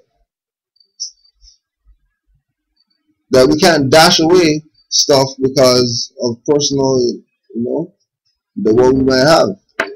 You know what I mean? Because some people follow the killers of the prophet, doesn't mean that they don't have jewels too. Even to say exactly like all the prophets, right? Even if we say we're Muslim, doesn't mean that we wouldn't read the Bible, right? Or the teachings of Jesus, right? It's still, his word still applies to us, regardless of how who's ever taken it and trying to mold it to serve their own purposes. There's still, the truth is still going to be the truth. So you can twist it to try and play your favor, but I always say, for someone to make you believe their lie, they have to put the truth in it. Like when you want to lie to somebody, like especially off the top, like somebody, your girlfriend asks you, oh, where were you last night? I was playing ball. Like, at some point last night you were playing ball. Like, you know what I'm saying? You just didn't tell her the rest of the story. So that's it. You always gotta involve get into that subject. That's just an example of it. You've got to use the truth. And some parts of it, make them follow the rest of your story. Rope them. Yeah. So someone was just asking online about we're speaking about trust. We're just building on trust. Wanderer. So, not to really, I'm not saying that might answer your question, but just to touch on it. I have Weiss's Concise Trustee Handbook here. Okay. And it says, we're talking about rights and responsibilities also in the Charter of Rights, right? So in there it talks about rights that you have and then rights that someone has against you. That's the way it was termed. In other words, it was just saying that with rights comes responsibilities.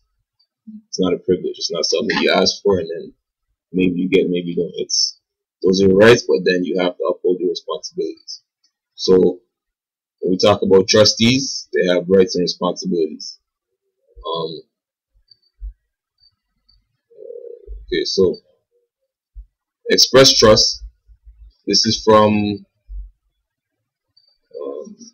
Tax Commissioners of Massachusetts and Unincorporated Associations, 19 legislative investigation into the economic effect on the state in 1911.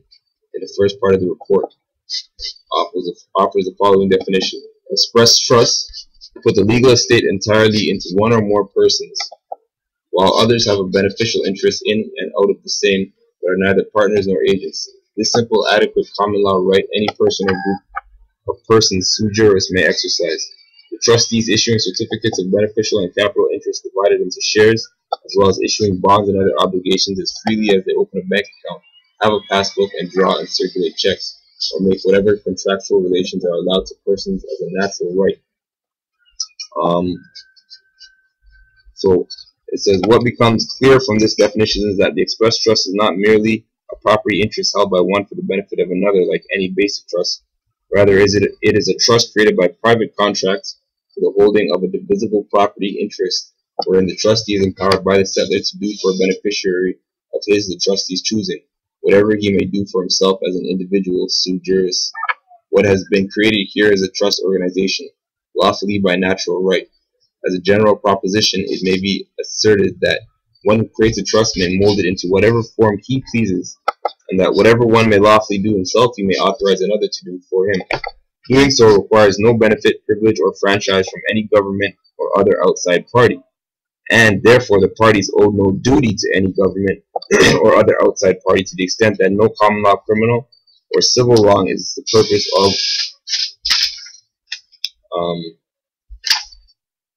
of the contract. When done properly, the trust is afforded all the common law protections ordinarily given to private contracts, particularly the obligation of them. So now the question is whether the parties to the contract are truly acting sui juris, i.e. of their pure, unadulterated common law natural rights, because if the parties import or associate benefits which grant an outside party a vested interest in the proposed contract, then the contract has required a third party overseer / intervener.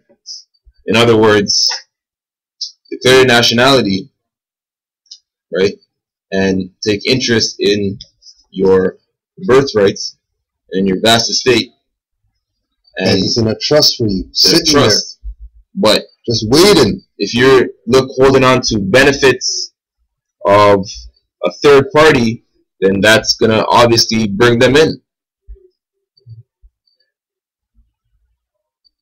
You have to cut out, like you can't be trying to hold on to those benefits. Can't serve two masters. Right. So that you're in your common law brackets, they put in brackets, natural rights. Because if the parties import or associate benefits which grant an outside party a vested interest in the proposed contract, then the contract has acquired a third party overseer / intervener. That's why Noble Jolly said about your nationality, your religion, and the title to your vast estate. About you the Circle 7, about you the 101s, I do declare that you are a nation. So any benefits we receive, like driver's license, EI, welfare, Exactly. cut it all off. Like, but don't forget, this was back then. And as the same thing what he said, with your rights comes responsibility. The Prophet told you, enforce the Constitution. Right. So if you're being your natural self, you're practicing your rights, which is the right to travel, you enforce the Constitution, and you don't serve two masters pulling out some driver's license. Not because, you know, if you have a clean record, you know, you wouldn't pull it out and show it because you have it, and you know what I mean, like, you know, it works for you. Right? You know, like, but it's not just about those things. You know, like people get caught up in you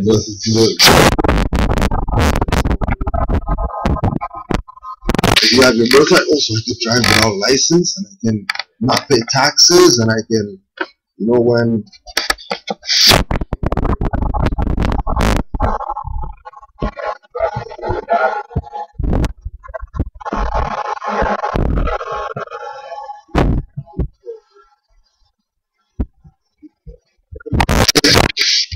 talking about nationality today, tomorrow go to your job, yo, this bullshit. Go to the bank, yo, forget you guys not getting nothing from me ever again, yo. You got $10? Right? You know, when you could have just, you know, okay, alright, I get it. You know what I mean? Let me just digest this a little bit because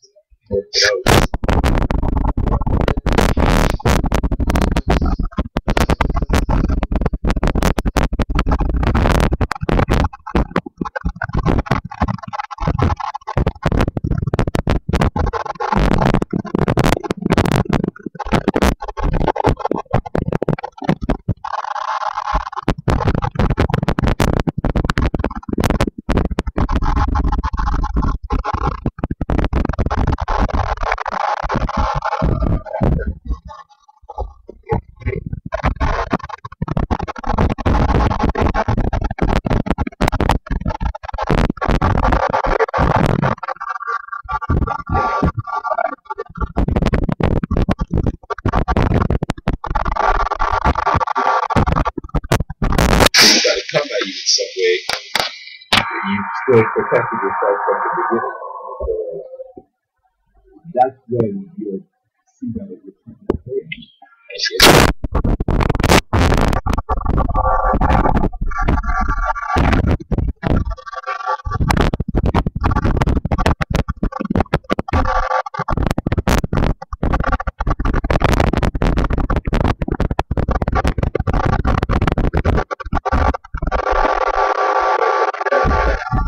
it's like with like your brother has a question, right, online about the express trust and, you know, when's it gonna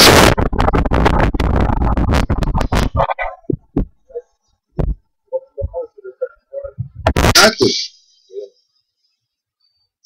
What's going on with it is yo, like we had this since 1913 and we're just finding out about it 2012, right?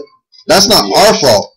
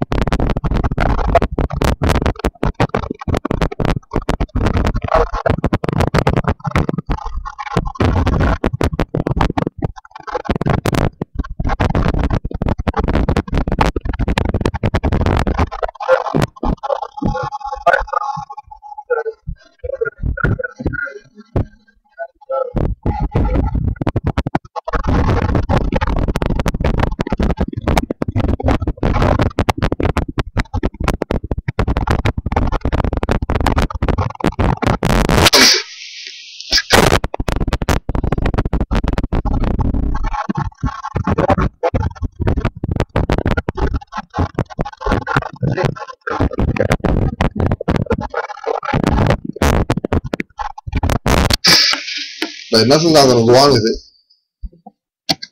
You know what I mean? Like what? Like it's like when we talk about, you know, yeah, court date. Yeah, man, we're our court date. But then nobody's like a court date. But it's a nation, though. You know, we're Moors. You know, we all got fezzes and all that. But in court day time, you know, it's class time. You know, 3 people, 5 people. You know, right? So what we do, we know that there are people have obligations and stuff like that. So yeah, we set it up online. So watch it from home. If you can't come to class, it's no problem. It's no big deal because, you know, we're also members, being a Grand Sheikh and a Grand Chairman and a Grand Mufti, etc. So we're going to do what we have to do regardless because remember,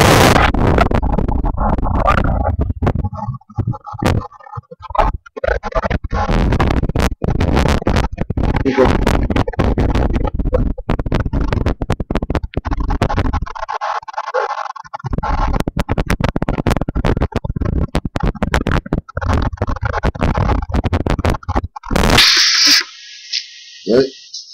We were just representatives, and then the people came and they said, well, you know what, this thing says Moorish Science Temple of America, and this has been going on since like 1913 or something. So we need something to verify that you are who you say you are, because, you know, people use names and run frauds and stuff.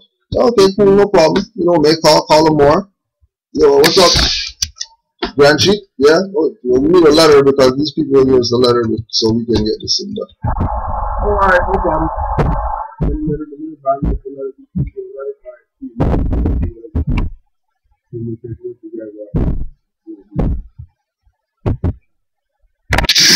And that's that.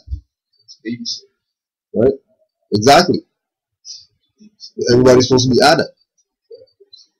What the hell Jesus have 12 disciples around him for? For them just to follow him around like some lappy dog, just following him around everywhere he goes? Yo, go do something, yo. Like, go do something. What are you around me for? We got people to save out here. You know what I'm saying? You know what I mean? Class just true, everybody's class empty. You know what I mean? Nobody come to class because there's class everywhere now. You know what I mean? Exactly. You know what I mean? Or we don't have to go, you know, because, you know, this more is doing it. You know?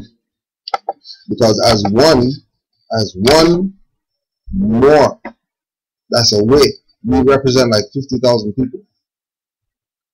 One of us. Because don't forget, we're not talking about minority, majority, we're talking about energy.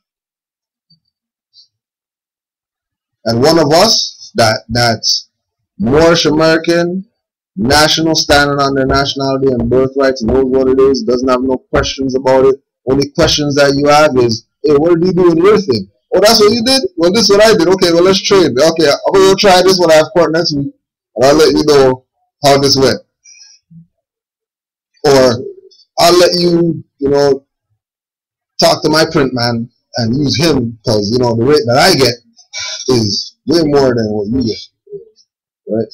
Or, oh, well, you know, well, I don't see any Moorish papers right now, and there's only these group of Moors that have a paper.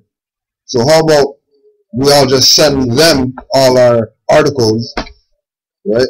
You know, I mean, if you're going to put 2 pages in, you're saying, what, depending how big the article is, you know, $10 article, 5 articles, bam. All right, that's 1 page we can pay for. And then we have a national newspaper, you know, international newspaper. So we have Moors in other countries that have their own newspaper. And they're like, yo, hey, you know, we noticed that you boys over there are doing some activity over there. We just want to do some business with you. Oh, yeah, sure, let's do it, yeah. Right? Everybody, our nations is doing it themselves. Yeah, exactly. Right out here, walking along Lloyd's, right across the street over there, there's a little newspaper box, like different, just a little one. Pakistani Post. Yeah. Yeah. When I seen that, I was like, oh man. And nobody's going to go by that but Pakistanis. Yeah. Just sitting there, Pakistani Post, reporter, and take your paper. Yeah. Right? And that's their paper, individual paper. Just like we have Moorish Guide newspaper, they have Pakistani paper, somebody else has whatever paper. But it's not just some newsprint. It's a national paper talking about national affairs that's going on with these particular national people called Pakistani or Sudanese or whatever they call their thing, right? And we have to get on the level of, like I was doing with them more today. You know, we don't need to like bring people together and, you know what I mean?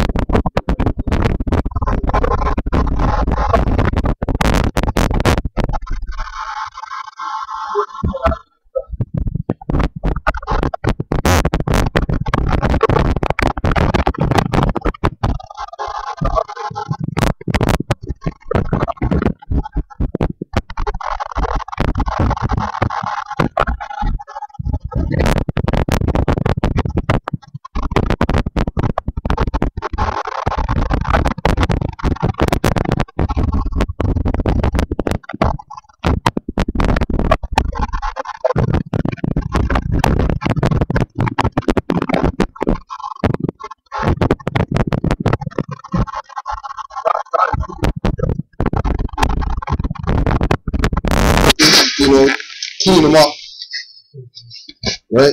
You're not gonna give the drug dealer the temple keys. No, you're gonna reform them, like, because that's first thing people are gonna come and say, oh, you guys supporting drug dealers now that they gotta. No, we're not saying support no drug dealers. We're saying reform them. That's why we have Circle 7, 101 questionnaire, flyers, books, handouts, DVDs. That's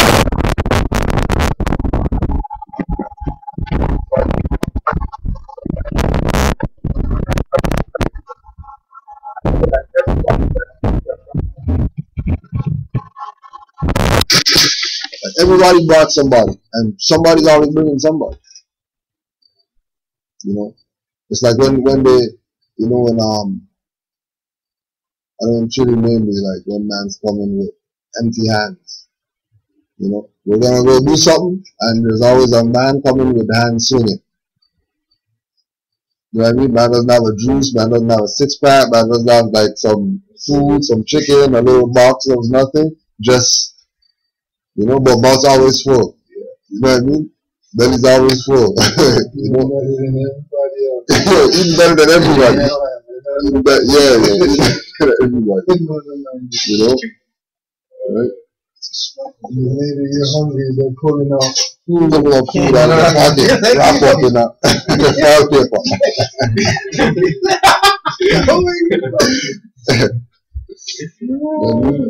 But yeah, but it's to get active.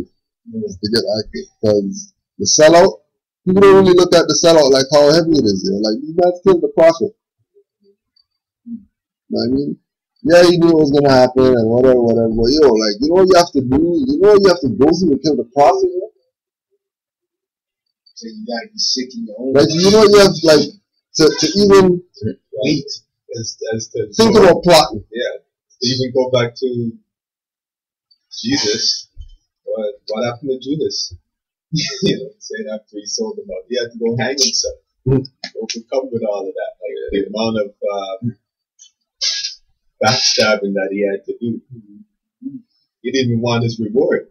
Yeah, he didn't want his reward. And so that's just pepper in the pot, you know. Yeah. Okay. Right. So, you know, the big deal is, you know, this is a republic for real. Always gonna be a republic. Because that's all that it, like, there can't be anything else than that. You know what I mean? Like, we're still here. All the slavery, all the this and all the that and all the stuff we want to complain they did to us and they beat us up and they, oh yeah, we're still here. You know what I mean? We still have knowledge of ourselves.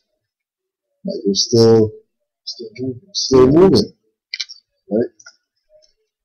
And it's only the true and faithful Moors who follow the prophet. And I follow like dumb nigger behind them, you know what I mean? Always pat him on the shoulder, ask him a question and stuff. Right? Following him.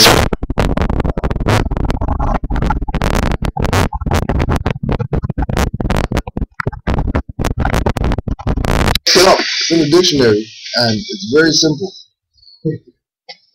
It's not rocket science.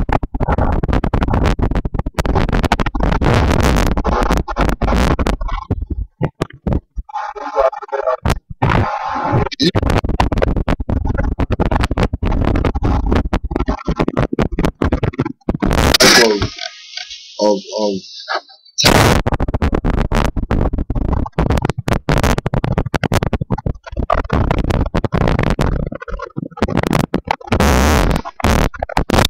having literature, newspaper, books, DVDs, whatever, available, accessible, anytime on the call.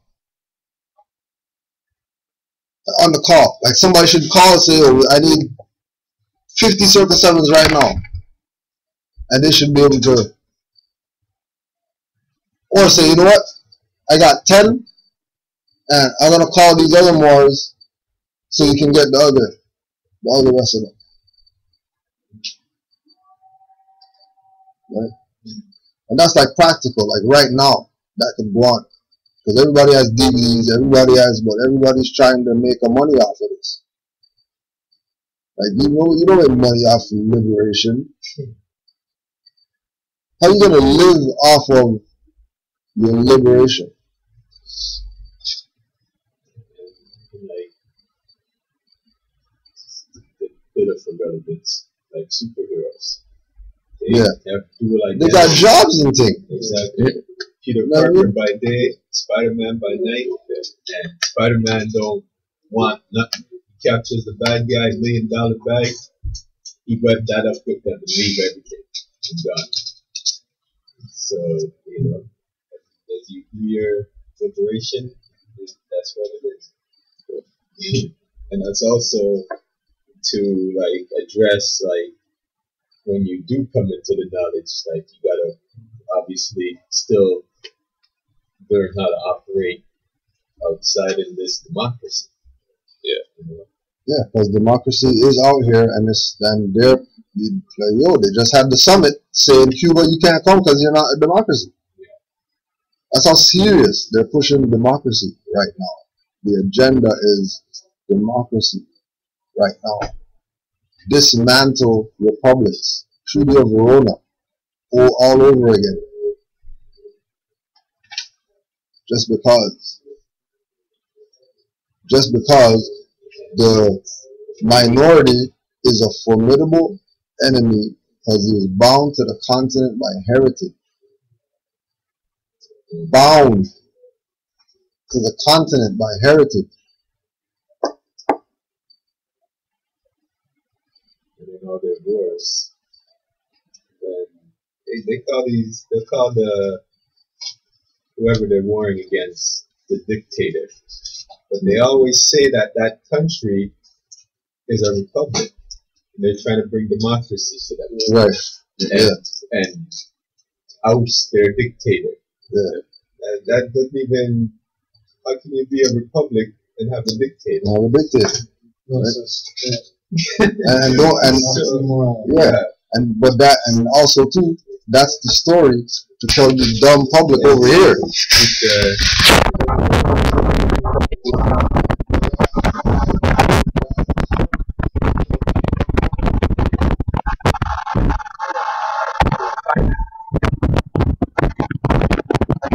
Like they're making the argument that this is the democracy.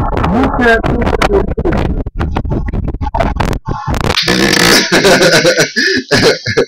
What do you mean? You have the soldier's handbook here? The King Alfred? No, the soldier's handbook where they read, where people need to read that soldier's handbook where the outcome of a republic, like what a republic is, like what are the outcomes of a republic for me?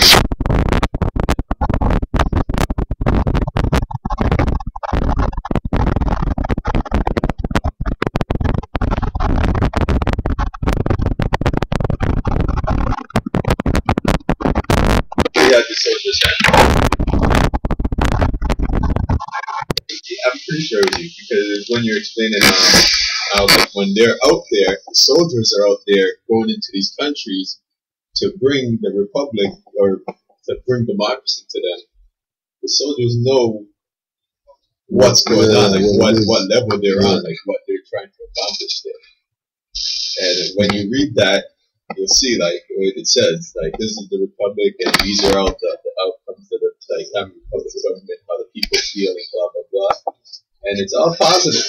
And you read the outcome of the democracy, and it's like that's where you get like all these people under pressure, the stresses, like it's just all negative.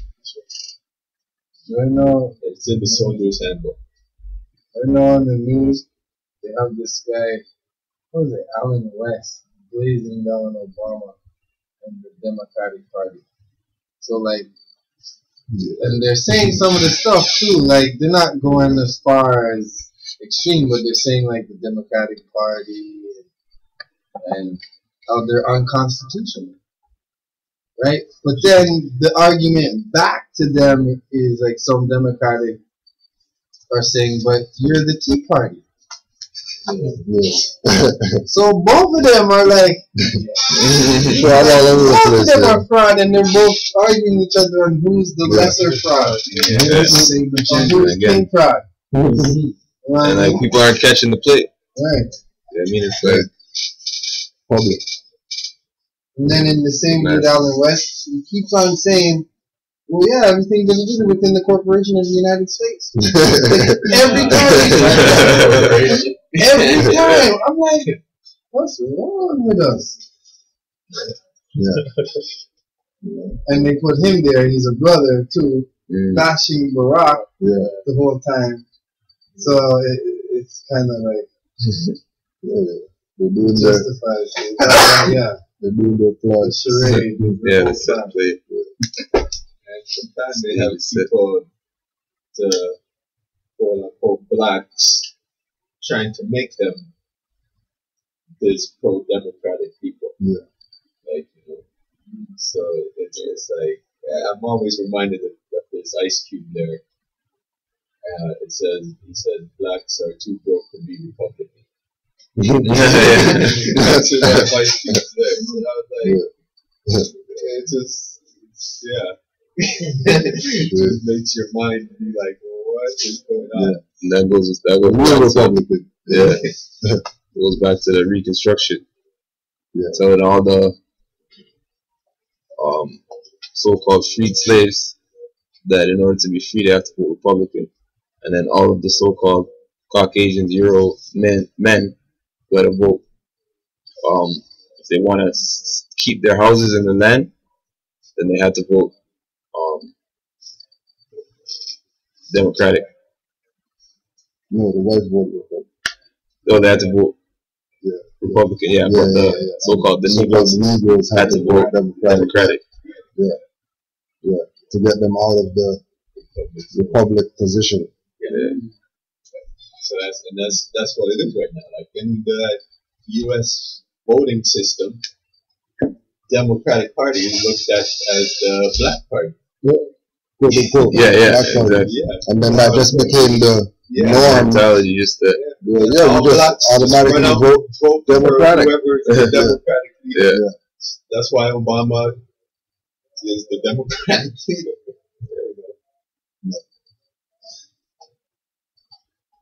Yeah, that's what he's saying. Everything is just lacing Obama with unconstitutional power. Yes. And the whole Democratic Party. And he's confident when he's saying he's talking like, wow! You better watch, you better check King Alfred flag. Minority will be unseated at once. Yeah, he's military, he's a colonel. Because, like you talk about it, there's people in positions who, are coming into information. Like they could be in any, like all kinds of positions. Who just snapped, who know already, but who just snapped and say, no, forget this. I'm not down for this plan anymore. I want the Republic back. That's the thing. I'm not raising my children in this madness. Well, North Carolina, the state is doing no stuff like that. That's the thing too, because even when the president-elect of the U.S. is Republican. Even when the Republican Party wins, they still democracy. Yeah. Well, that's just again, and that comes back to the whole Like, wait, bar association. Republic now. Like, Republicans won. They're still out there pushing democracy. And that's the whole fraud with the Republican and Democratic under the umbrella of the democracy. The name of their party is the Democratic Party. The U.S. corporation will always be a democracy. Yeah, exactly. It can't be anything else. Just like Canada. It can't be anything else. Democracy. All it could be is but you know, and nothing's wrong with that. If you're gonna be that, be that. Do your thing. That's your corporation. That you see that people mistake that now with the actual land. Right. The governing of the people. Right. Exactly. Right. For all the constitutional Canada people. And then and then like we found out, they think that if they make a violation and they see crown on the paper, that it's like it's really the queen. So, oh man, I wronged her. Okay, my bad. Let me pay this. and then there's that feeling of distance. Like, okay, I can't fight the queen, obviously. So why should I why should I fight this? This is Regina, the queen. She'll like. She'll right in Canada. You know what I mean? She has all these jewels and all this power, but it's a corporation in London that is that word crown. And proof of and even probably all those other Regina and all those words. But they're just words. Constitution Act of Canada, 1982, Section 32. This charter applies, A, to the Parliament and Government of Canada in respect of all matters within the authority of Parliament, including all matters relating to the Yukon Territory and Northwestern Territories, and B, to the legislatures and governments of each province in respect of all matters within the authority of the legislator of each province. So where does it say that this charter applies to the Canadian people? In the same Charter of Rights and the same Constitution Act that they're pushing in school, that this is the Constitution Act of Canada, you have your rights here, and every school's gonna have the plaque, with the rights on it. When it only applies to Parliament, Government of Canada, legislatures, and the governments of each province. Okay, so what was established in like 64 or something? 67? 67. The BNA Act. The BNA Act. The British North America Act. That has a constitution. That they still were saying that that's the constitution. That's what they try to say. Yeah. And then they made that into the Canadian Constitution Act. That's why you come. So, but when in 1982, but before that it was the BNA Act they were using the whole time. Right, but then 100 years, Right.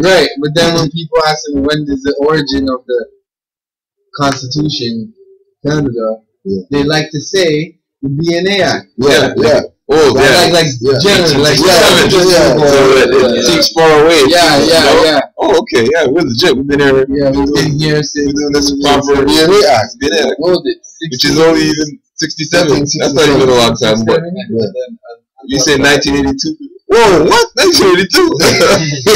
I was living in a colony. I was living in a freaking colony. I was already born and then. I was a colonized piece of like chattel. Like it's not even a chattel in like a regular country. It's just a chattel in a colony, yo. Just a colony. That's how they do us in Canaanland.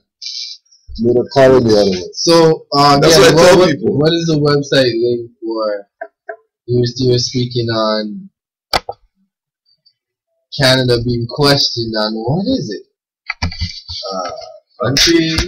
For the that was the Fidel Castro. 24, Fidel Castro speech. Oh, was it? Yeah, that's it was a letter. A letter that he wrote for New York.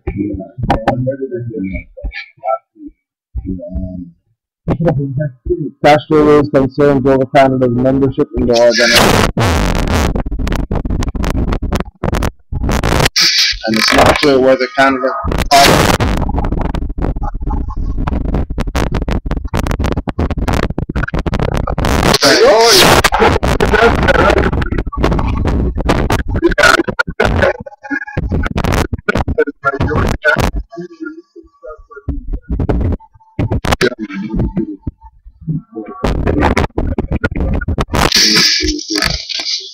close it out. We're going again tomorrow, live again. We'll see what's in the news tonight, and yo, tomorrow It's fire, like if you're I'm not, seated right now. yeah, you miss a week, Right now. you miss a day, like yo, Yeah. you miss up every day. Right. Something And again, we're not wanting, like questionable. we're not literally like we don't sit there and watch the news. No, all you need to do is just like, pops up. Yo, it just pops up right when you put it on. That's it. That's all you need. Get it. And know yourself, So- you know what's going on. It doesn't take a long time. When I read the 24th with that Castro, Yeah. last week I was riding the bus. There's newspapers all around. Everywhere. You know what I'm supposed to do? With the federal here, the 24 here, and I'm just like this. I'm like, I have my headphones on. I'm just Castro snapshot. Oh, okay. I started reading. I was like, oh. Yeah. I'm just getting lit up. Getting lit up on the bus. And then somebody's texting somebody laughing at themselves. You know what I mean? Yeah. That's what it is. Reading the paper, the 2-4. What's in the 2-4? What's so funny? But that's how much people are not reading. Yeah. They are scared that their propaganda machine can't run, so they're putting out Putting out true papers with real info in it. real, to keep people reading and stuff, because First thing in people, the morning. right, Yo. people ain't reading. Everybody's Not on their reading their iPod. iPod in that, Yeah. Everybody's trapped in the other matrix now. Mhm. The brain matrix. So what happens is the same, like, Jolly, I was listening to Taj, Taj is like, Jolly's the Dragon Slayer. Yeah. Yeah. Easy to trust. Yeah. Makes Sure. sense. Yeah. Because, yeah, man, and so then now, and then someone Jolly says is going to make the Europeans tell the truth, is like this, they're forced to tell the truth. Yeah. Now that Because of what Veil he is did. gone. Yeah, what he did is catching up to them. Catch it now. up. right, Catch it up fast. Fast. moving. Yeah. So the very thing that they were using as their tool can be the same thing used against them now. Right. Yeah. The same newspaper, Exactly. propaganda, and And there's lots of pressures. Magna Carta, Treaty of Verona and all that All stuff. that stuff. Use it against them against them now. after they tried to use it to Right. keep us subjugated. Right. You live by the sword, you die by the sword. Yeah. Right. So with Trayvon Martin and stuff like that, like yeah. But notice how everybody's into case law now.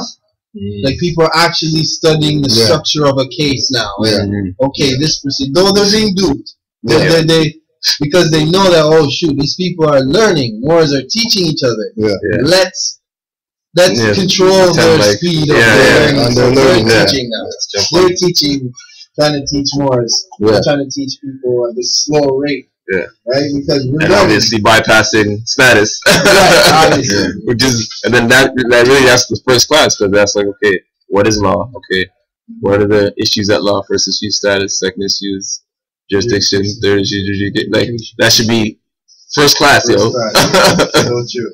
Right? So true. But they want to jump in and, well, just, this state and that state, and like, what did the prosecutor's wife have for dinner? And like, you can only understand the relevance of that stuff after you pin down status. Right. Jurisdiction, okay. Then you can talk about what's going to happen What's when gonna they're happen. incorporated. If you're studying law and you're going through a case, then at the beginning, if you see plaintiff in error, that should be for you right there. Like, Right. what is this? Why was this guy in error? Like, as if you go through his whole case and say he won. Yeah. And then you look, he lost. Exactly. He's in error. We have our own here and here, like the Frame Brown and all of them. All the situations. All of them. Yeah, and all of them. Brother online was like, was mentioning if we know any other cases like that. So there you go. But I was gonna say I'm gonna look into more and more. Yeah, I mean, and there's been 19 since. Since Trayvon's one, there's been ones. 19 of them. 19 of them. Right? 19 similar cases. Right. Since. So that's like what, in a month or whatever. Yeah. How much of those names we know? None. How much ashes did they get? Yeah. Because that Trayvon was strategically designed. It was set up to be blown up. See, and that's the double-edged sword on them. Because they try to make it benefit them. Stuff like this judge having to go through this status hearing is the double-edged sword on them. It's revealing something. Something has to reveal if you're gonna take so much. Yeah. Straight up. Yeah. You know what I mean? So Moors, you know how we do? We just, keep the fire burning on them. You know what I mean? Just keep all the studying, keep all the questions, you know what I mean? Keep taking the prophet serious more and more and more, because what prophet brought is no joke. And nobody doesn't have any jurisdiction over it. I don't care what they call themselves, what seals they have, whatever. It's yours. Yeah. All you have to do is proclaim it out of your mouth. Once you proclaim it out of your mouth, it's yours. Nobody can tell you anything. That's it. Can't hold it. Can't try to dupe you out of using your own thing. You know what I mean? That's why, like, with the brother that was asking the questions online, right? And that's a young brother. Like you, man, that's on it. Like a youth man, on it. Yeah, on it. Hard. Right? Harder than people who should be on it. Just because, like, you know what I mean? It's just gravitating with him on that level. And it's only because he's young, and then Juali said, I'm here for the young and the unborn. You know what I mean? Everybody thought it was them. Yeah. Yeah. You know what I mean? Everybody thought it was them. It was really the youths. Yeah. You know? That's who it's about getting this to. Get this to the youths. Once the youths get this, then right? And them getting it just like the drug dealer. You know, you're not just gonna here. No, like here's the 7, read that. There's one questionnaire, read that. Yeah, get some dictionaries and go study and stuff. Stop playing these stupid video games that you're beating up every day. You're winning in the game. Like you're winning. Okay, you won 50 times. How much times do you win the NBA championship? You know what I mean? Unlimited bullets and like unlimited bullets. Continue. Yo. Right? You talk to them? Yeah, man, they know what's good. Yeah.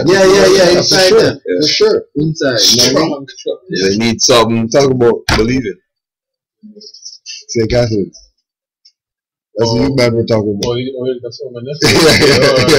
Yeah. Bringing fire, yo. I was like, who is this person asking these questions? So it's long, brother. Yeah, good. And that's yeah. And even on a higher level, like him putting his dad on. Like those are anomalies. You know what I mean? It's like Aldebaran Tarasi, like dad and son on it together, like studying or whatever. You know what I mean? It's like, okay, if we get it there, then most definitely the Dragon Slayer is going to be swinging some heavy ones around. And that's the answer. A lot of people are like, well, where's our this and where's our that, and well then with like people like I understand where people are coming from to an extent, but They're the looking in the whole wrong time, direction. the whole time it's being said in their ears. The whole time it's being talked about. We're dealing with it, but they're looking for something else. Yeah. As instead of just paying attention to what's needed, they actually have a preconceived what they should be looking for. Yeah. That's the problem. And that's also part of what when they teach the propaganda. They're telling you that it should come like this and it should come like that.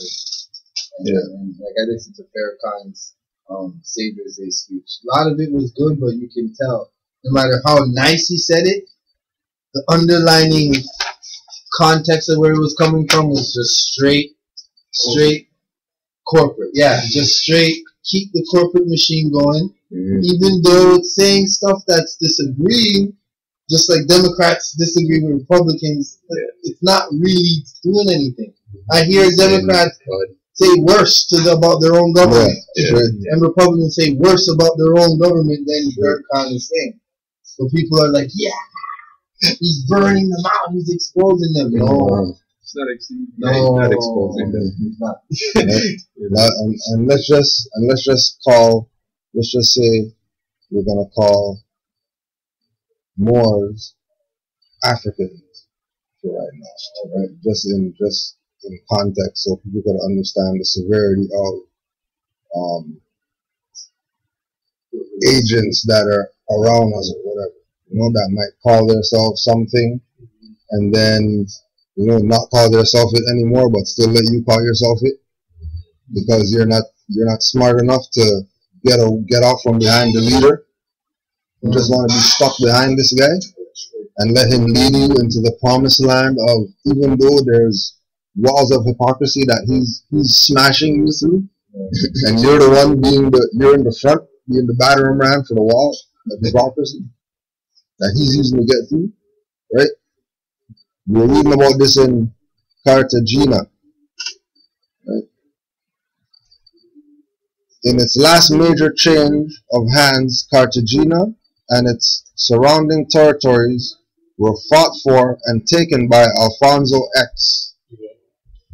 Yeah, Cartagena in Andalusia. Right? Alfonso X. But okay? European league. Alfonso X. So kind of like when these Nation of Islam now want to drop their last name and say X, they haven't dropped anything. Right. It's exchange for a next European. Alfonso X expressed his desire and expectation of expelling the Africans, quote-unquote Moors, from Spain with the help of God and the Virgin Mary. His nickname is the African. Alfonso X. He's a white dude. The European. European dude. Right. But that's not propaganda. Not like Maurice. Like there's a difference. Because at the same time you have Maurice, you just think, these are Moors. Right. He's Alfonso X. He's African.